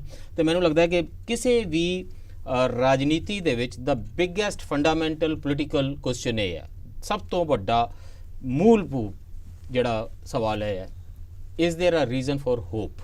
ਕੀ ਪੰਜਾਬ ਕੋਲ ਆਸਵੰਦ ਹੋਣ ਦਾ ਕੋਈ ਕਾਰਨ ਤੁਹਾਨੂੰ ਦਿਸ ਰਿਹਾ? ਦੇਖੋ ਇਹ ਬੜਾ ਵੱਡਾ ਮੁੱਦਾ, ਕਿਉਂਕਿ ਪੰਜਾਬ ਬਾਕੀ ਹਰ ਪੋਲਿਟਿਕਸ ਇਸ ਸਵਾਲ ਦੇ ਸਾਹਮਣੇ ਛੋਟੀ ਹੈ। ਹਰ ਪੋਲਿਟਿਕਸ ਛੋਟੀ ਹੈ ਕਿਉਂਕਿ ਪੰਜਾਬ ਨੂੰ ਇੱਕ ਪੈਰਾਡਾਈਮ ਸ਼ਿਫਟ ਦੀ ਲੋੜ ਹੈ। ਸਾਡੀ ਐਗਰੀਕਲਚਰ ਸਟੈਗਨੇਟ ਹੋ ਗਈ ਸੀ। ਇਹ ਨਹੀਂ ਕਿ ਐਗਰੀਕਲਚਰ ਥੱਲੇ ਜਾ ਰਹੀ, ਸਟੈਗਨੇਸ਼ਨ ਆ ਗਈ ਸੀ। ਉਧਰੋਂ ਚੈਲੰਜ ਜਿਹੜਾ ਤੁਸੀਂ ਕਿਹਾ ਸੀ ਸੈਂਟਰ ਤੋਂ 3 ਐਕਟ ਬਣਾ ਕੇ ਸਾਡੀ ਜਿਹੜੀ ਉਹ ਪੰਜਾਬ ਦੀ ਜਿਹੜੀ ਇਕਨੋਮੀ ਹੈ ਉਹਨੂੰ ਕਮਜ਼ੋਰ ਕਰਨ ਦੀ ਇੱਕ ਸਟੈਪ ਉਧਰ ਵੀ ਉਹ ਵੀ ਹੈ। ਸੋ ਪੈਰਾਡਾਈਮ ਸ਼ਿਫਟ ਕਿੱਦਾਂ ਹੋ ਸਕਦਾ ਹੈ, ਮੈਨੂੰ ਇਹ ਇੱਕ ਲੈਵਲ ਤੇ ਗੱਲ ਕਹਿ ਰਿਹਾ ਕਿ ਜਦੋਂ ਪੰਜਾਬ 'ਚ ਸੜਕਾਂ ਬਣ ਗਈਆਂ, ਇਨਫਰਾਸਟ੍ਰਕਚਰ ਡਿਵੈਲਪ ਹੋਇਆ, ਏਅਰਪੋਰਟ ਦੀ ਗੱਲ ਹੋ ਰਹੀ ਸੀ, ਉਦੋਂ ਪੰਜਾਬ ਦੇ ਵਿੱਚ ਕਈ ਗੱਲਾਂ ਉੱਭਰ ਕੇ ਅੱਗੇ ਆ ਰਹੀਆਂ ਸੀ ਕਿ ਤੁਹਾਨੂੰ ਯਾਦ ਹੋਣਾ ਲਛਮਣ ਸਿੰਘ ਗਿੱਲ ਜੀ ਦੀ ਇੱਕੋ ਕੰਟਰੀਬਿਊਸ਼ਨ ਸੀ, ਉਹਨਾਂ ਨੇ ਲਿੰਕ ਰੋਡ ਬਣਾਈ। ਅੱਜ ਤੱਕ Lachhman Singh Gill as chief minister ਯਾਦ ਕੀਤਾ ਜਾਂਦਾ ਹੈ, ਔਰ ਉਸ ਤੋਂ ਪਹਿਲੇ ਪ੍ਰਤਾਪ ਸਿੰਘ ਕੈਰੋ ਜੀ ਦਾ। ਔਰ ਮੈਂ ਇਹ ਸਮਝਦਾ ਵੀ ਸੁਖਬੀਰ ਬਾਦਲ ਜੀ ਦੇ ਰਜੀਮ 'ਚ ਜੇ ਮੈਂ ਕਹਾਂ ਤੇ ਉਹਦੇ 'ਚ ਕਈ ਇਨਫਰਾਸਟ੍ਰਕਚਰ ਜਿਹੜੀਆਂ ਡਿਲੀਵਰੀ ਆਫ ਇਨਫਰਾਸਟ੍ਰਕਚਰ, ਮੈਨੂੰ ਸੁਦੀਪਤੋ ਮੁੰਡਲ ਦੀ ਜਿਹੜੀ ਸਟੱਡੀ ਹੈ EPW ਛਪੀ ਹੈ, ਜਿਹਦੇ 'ਚ 2014 ਦੇ ਛਪੀ ਉਹ ਸਟੱਡੀ ਕਿ ਪੰਜਾਬ ਦਾ ਗਵਰਨੈਂਸ ਮਾਡਲ ਇੰਡੀਆ 'ਚ ਨੰਬਰ 1 ਦਾ ਸੀ, ਉਹ 11 ਇੰਡੀਕੇਟਰ ਦੇ ਸਟੱਡੀ ਸੀ। ਸੋ ਮੈਨੂੰ ਇਹ ਲੱਗਦਾ ਜੇ ਆਪਾਂ ਉਸ ਤਰ੍ਹਾਂ ਦਾ ਪ੍ਰੋਸੈਸ ਅੱਗੇ ਜਾਰੀ ਰੱਖੀਏ ਕਿ ਡਿਵੈਲਪਮੈਂਟ ਦਾ, ਕਿਉਂਕਿ ਪੰਜਾਬ ਦਾ ਜਿਹੜਾ ਜੇ ਅਸੀਂ ਪੈਰਾਡਾਈਮ ਸ਼ਿਫਟ ਨਹੀਂ ਲਿਆਵਾਂਗੇ ਤੇ ਮੈਨੂੰ ਲੱਗਦਾ ਪੰਜਾਬ ਦਾ ਭਵਿੱਖ ਕੋਈ ਬਹੁਤਾ ਵਧੀਆ ਹੈ ਨਹੀਂ। ਔਰ ਇਹਦੇ ਲਈ ਇੱਕ ਕਲੈਕਟਿਵ ਲੀਡਰਸ਼ਿਪ ਵੀ ਹੋ ਸਕਦੀ ਹੈ, ਸਾਰੀ ਪਾਰਟੀਆਂ ਨੂੰ ਇੱਕ ਕੰਸੈਂਸਸ ਕਰਕੇ ਡਿਵੈਲਪਮੈਂਟ ਮਾਡਲ ਦੇ ਕੁਝ ਐਗਰੀਮੈਂਟ ਵੀ ਕਰਨਾ ਚਾਹੀਦਾ ਹੈ ਕਿ ਵੀ ਅਸੀਂ ਇਹ ਕੰਮ ਕਰਾਂਗੇ। ਦੈਟਸ ਐਗਜ਼ੈਕਟਲੀ ਦਾ ਡਿਬੇਟ ਇਹ ਹੋਣਾ ਚਾਹੀਦਾ ਜਿਹੜਾ ਪੰਜਾਬ ਦੇ ਵਿੱਚ ਹੋਣਾ ਨਹੀਂ ਹੋ ਚਾਹੀਦਾ, ਰਿਹਾ, ਜਿਹੜਾ ਪਾਰਟੀਜ਼ਨ ਪੋਲਿਟਿਕਸ ਹੋ ਰਿਹਾ। ਔਰ ਤੁਹਾਨੂੰ ਮੈਂ ਦੱਸਾਂ ਕਿ ਜੇ ਕੋਈ ਚੰਗਾ ਕੰਮ ਵੀ ਕਰਦਾ ਉਹਨੂੰ ਵੀ ਐਪਰੀਸ਼ੀਏਟ ਨਹੀਂ ਹੋ ਰਿਹਾ, ਜਿਹੜਾ ਮਾੜਾ ਕਰਦਾ ਉਹ ਉਹਦੇ ਬਾਰੇ ਕੋਈ ਕ੍ਰਿਟਿਸਿਜ਼ਮ ਵੀ ਨਹੀਂ ਹੈ ਜੇ ਤੁਹਾਡੇ ਨਾਲ ਹੈ। ਮੈਂ ਸਮਝਦਾ ਵੀ ਸਾਨੂੰ ਇੱਕ ਆਪਸ 'ਚ ਕ੍ਰਿਟੀਕਲ ਥਿੰਕਿੰਗ ਪੱਕੀ ਹੋਈ ਰਾਜਨੀਤੀ ਦੇ ਵਿੱਚ ਵੀ ਅਸੀਂ ਸ਼ਾਇਦ ਉਸ ਤਰੀਕੇ ਨਾਲ ਅਜੇ ਮੁੱਦਿਆਂ ਦੇ ਨਾਲ ਵਾਬਸਤਾ ਨਹੀਂ ਜੁੜ ਰਹੇ, ਹਾਂ ਕ੍ਰਿਟੀਕਲ ਥਿੰਕਿੰਗ ਨਹੀਂ ਕਰ ਰਹੇ। That's a sad part. ਮੈਂ ਇਹਨੂੰ ਫਰਦਰ ਸਮਿੰਗ ਅਪ ਨਹੀਂ ਕਰਨੀ ਚਾਹ ਰਿਹਾ, ਜਿੰਨੀਆਂ ਵੀ ਗੱਲਾਂ ਨੇ ਬਹੁਤ ਸਾਰੇ ਥ੍ਰੈਡਸ ਨੇ, ਕੁਝ ਲੂਜ਼ ਵੀ ਰਹਿ ਗਏ ਹੋਣਗੇ ਤੁਹਾਡੇ ਸਾਹਮਣੇ ਨੇ। ਜਿਹੜੀਆਂ ਗੱਲਾਂ ਸੁਣੀਆਂ ਜ਼ਰੂਰ ਵਿਚਾਰਨਾ, वरना मीर दा शेर ते है ही, बातें हमारी सुनिएगा, नहीं सुनिएगा तो फिर देर तलक सर धुनिएगा। अज लिए नहीं, धन्यवाद, तेरा रखा।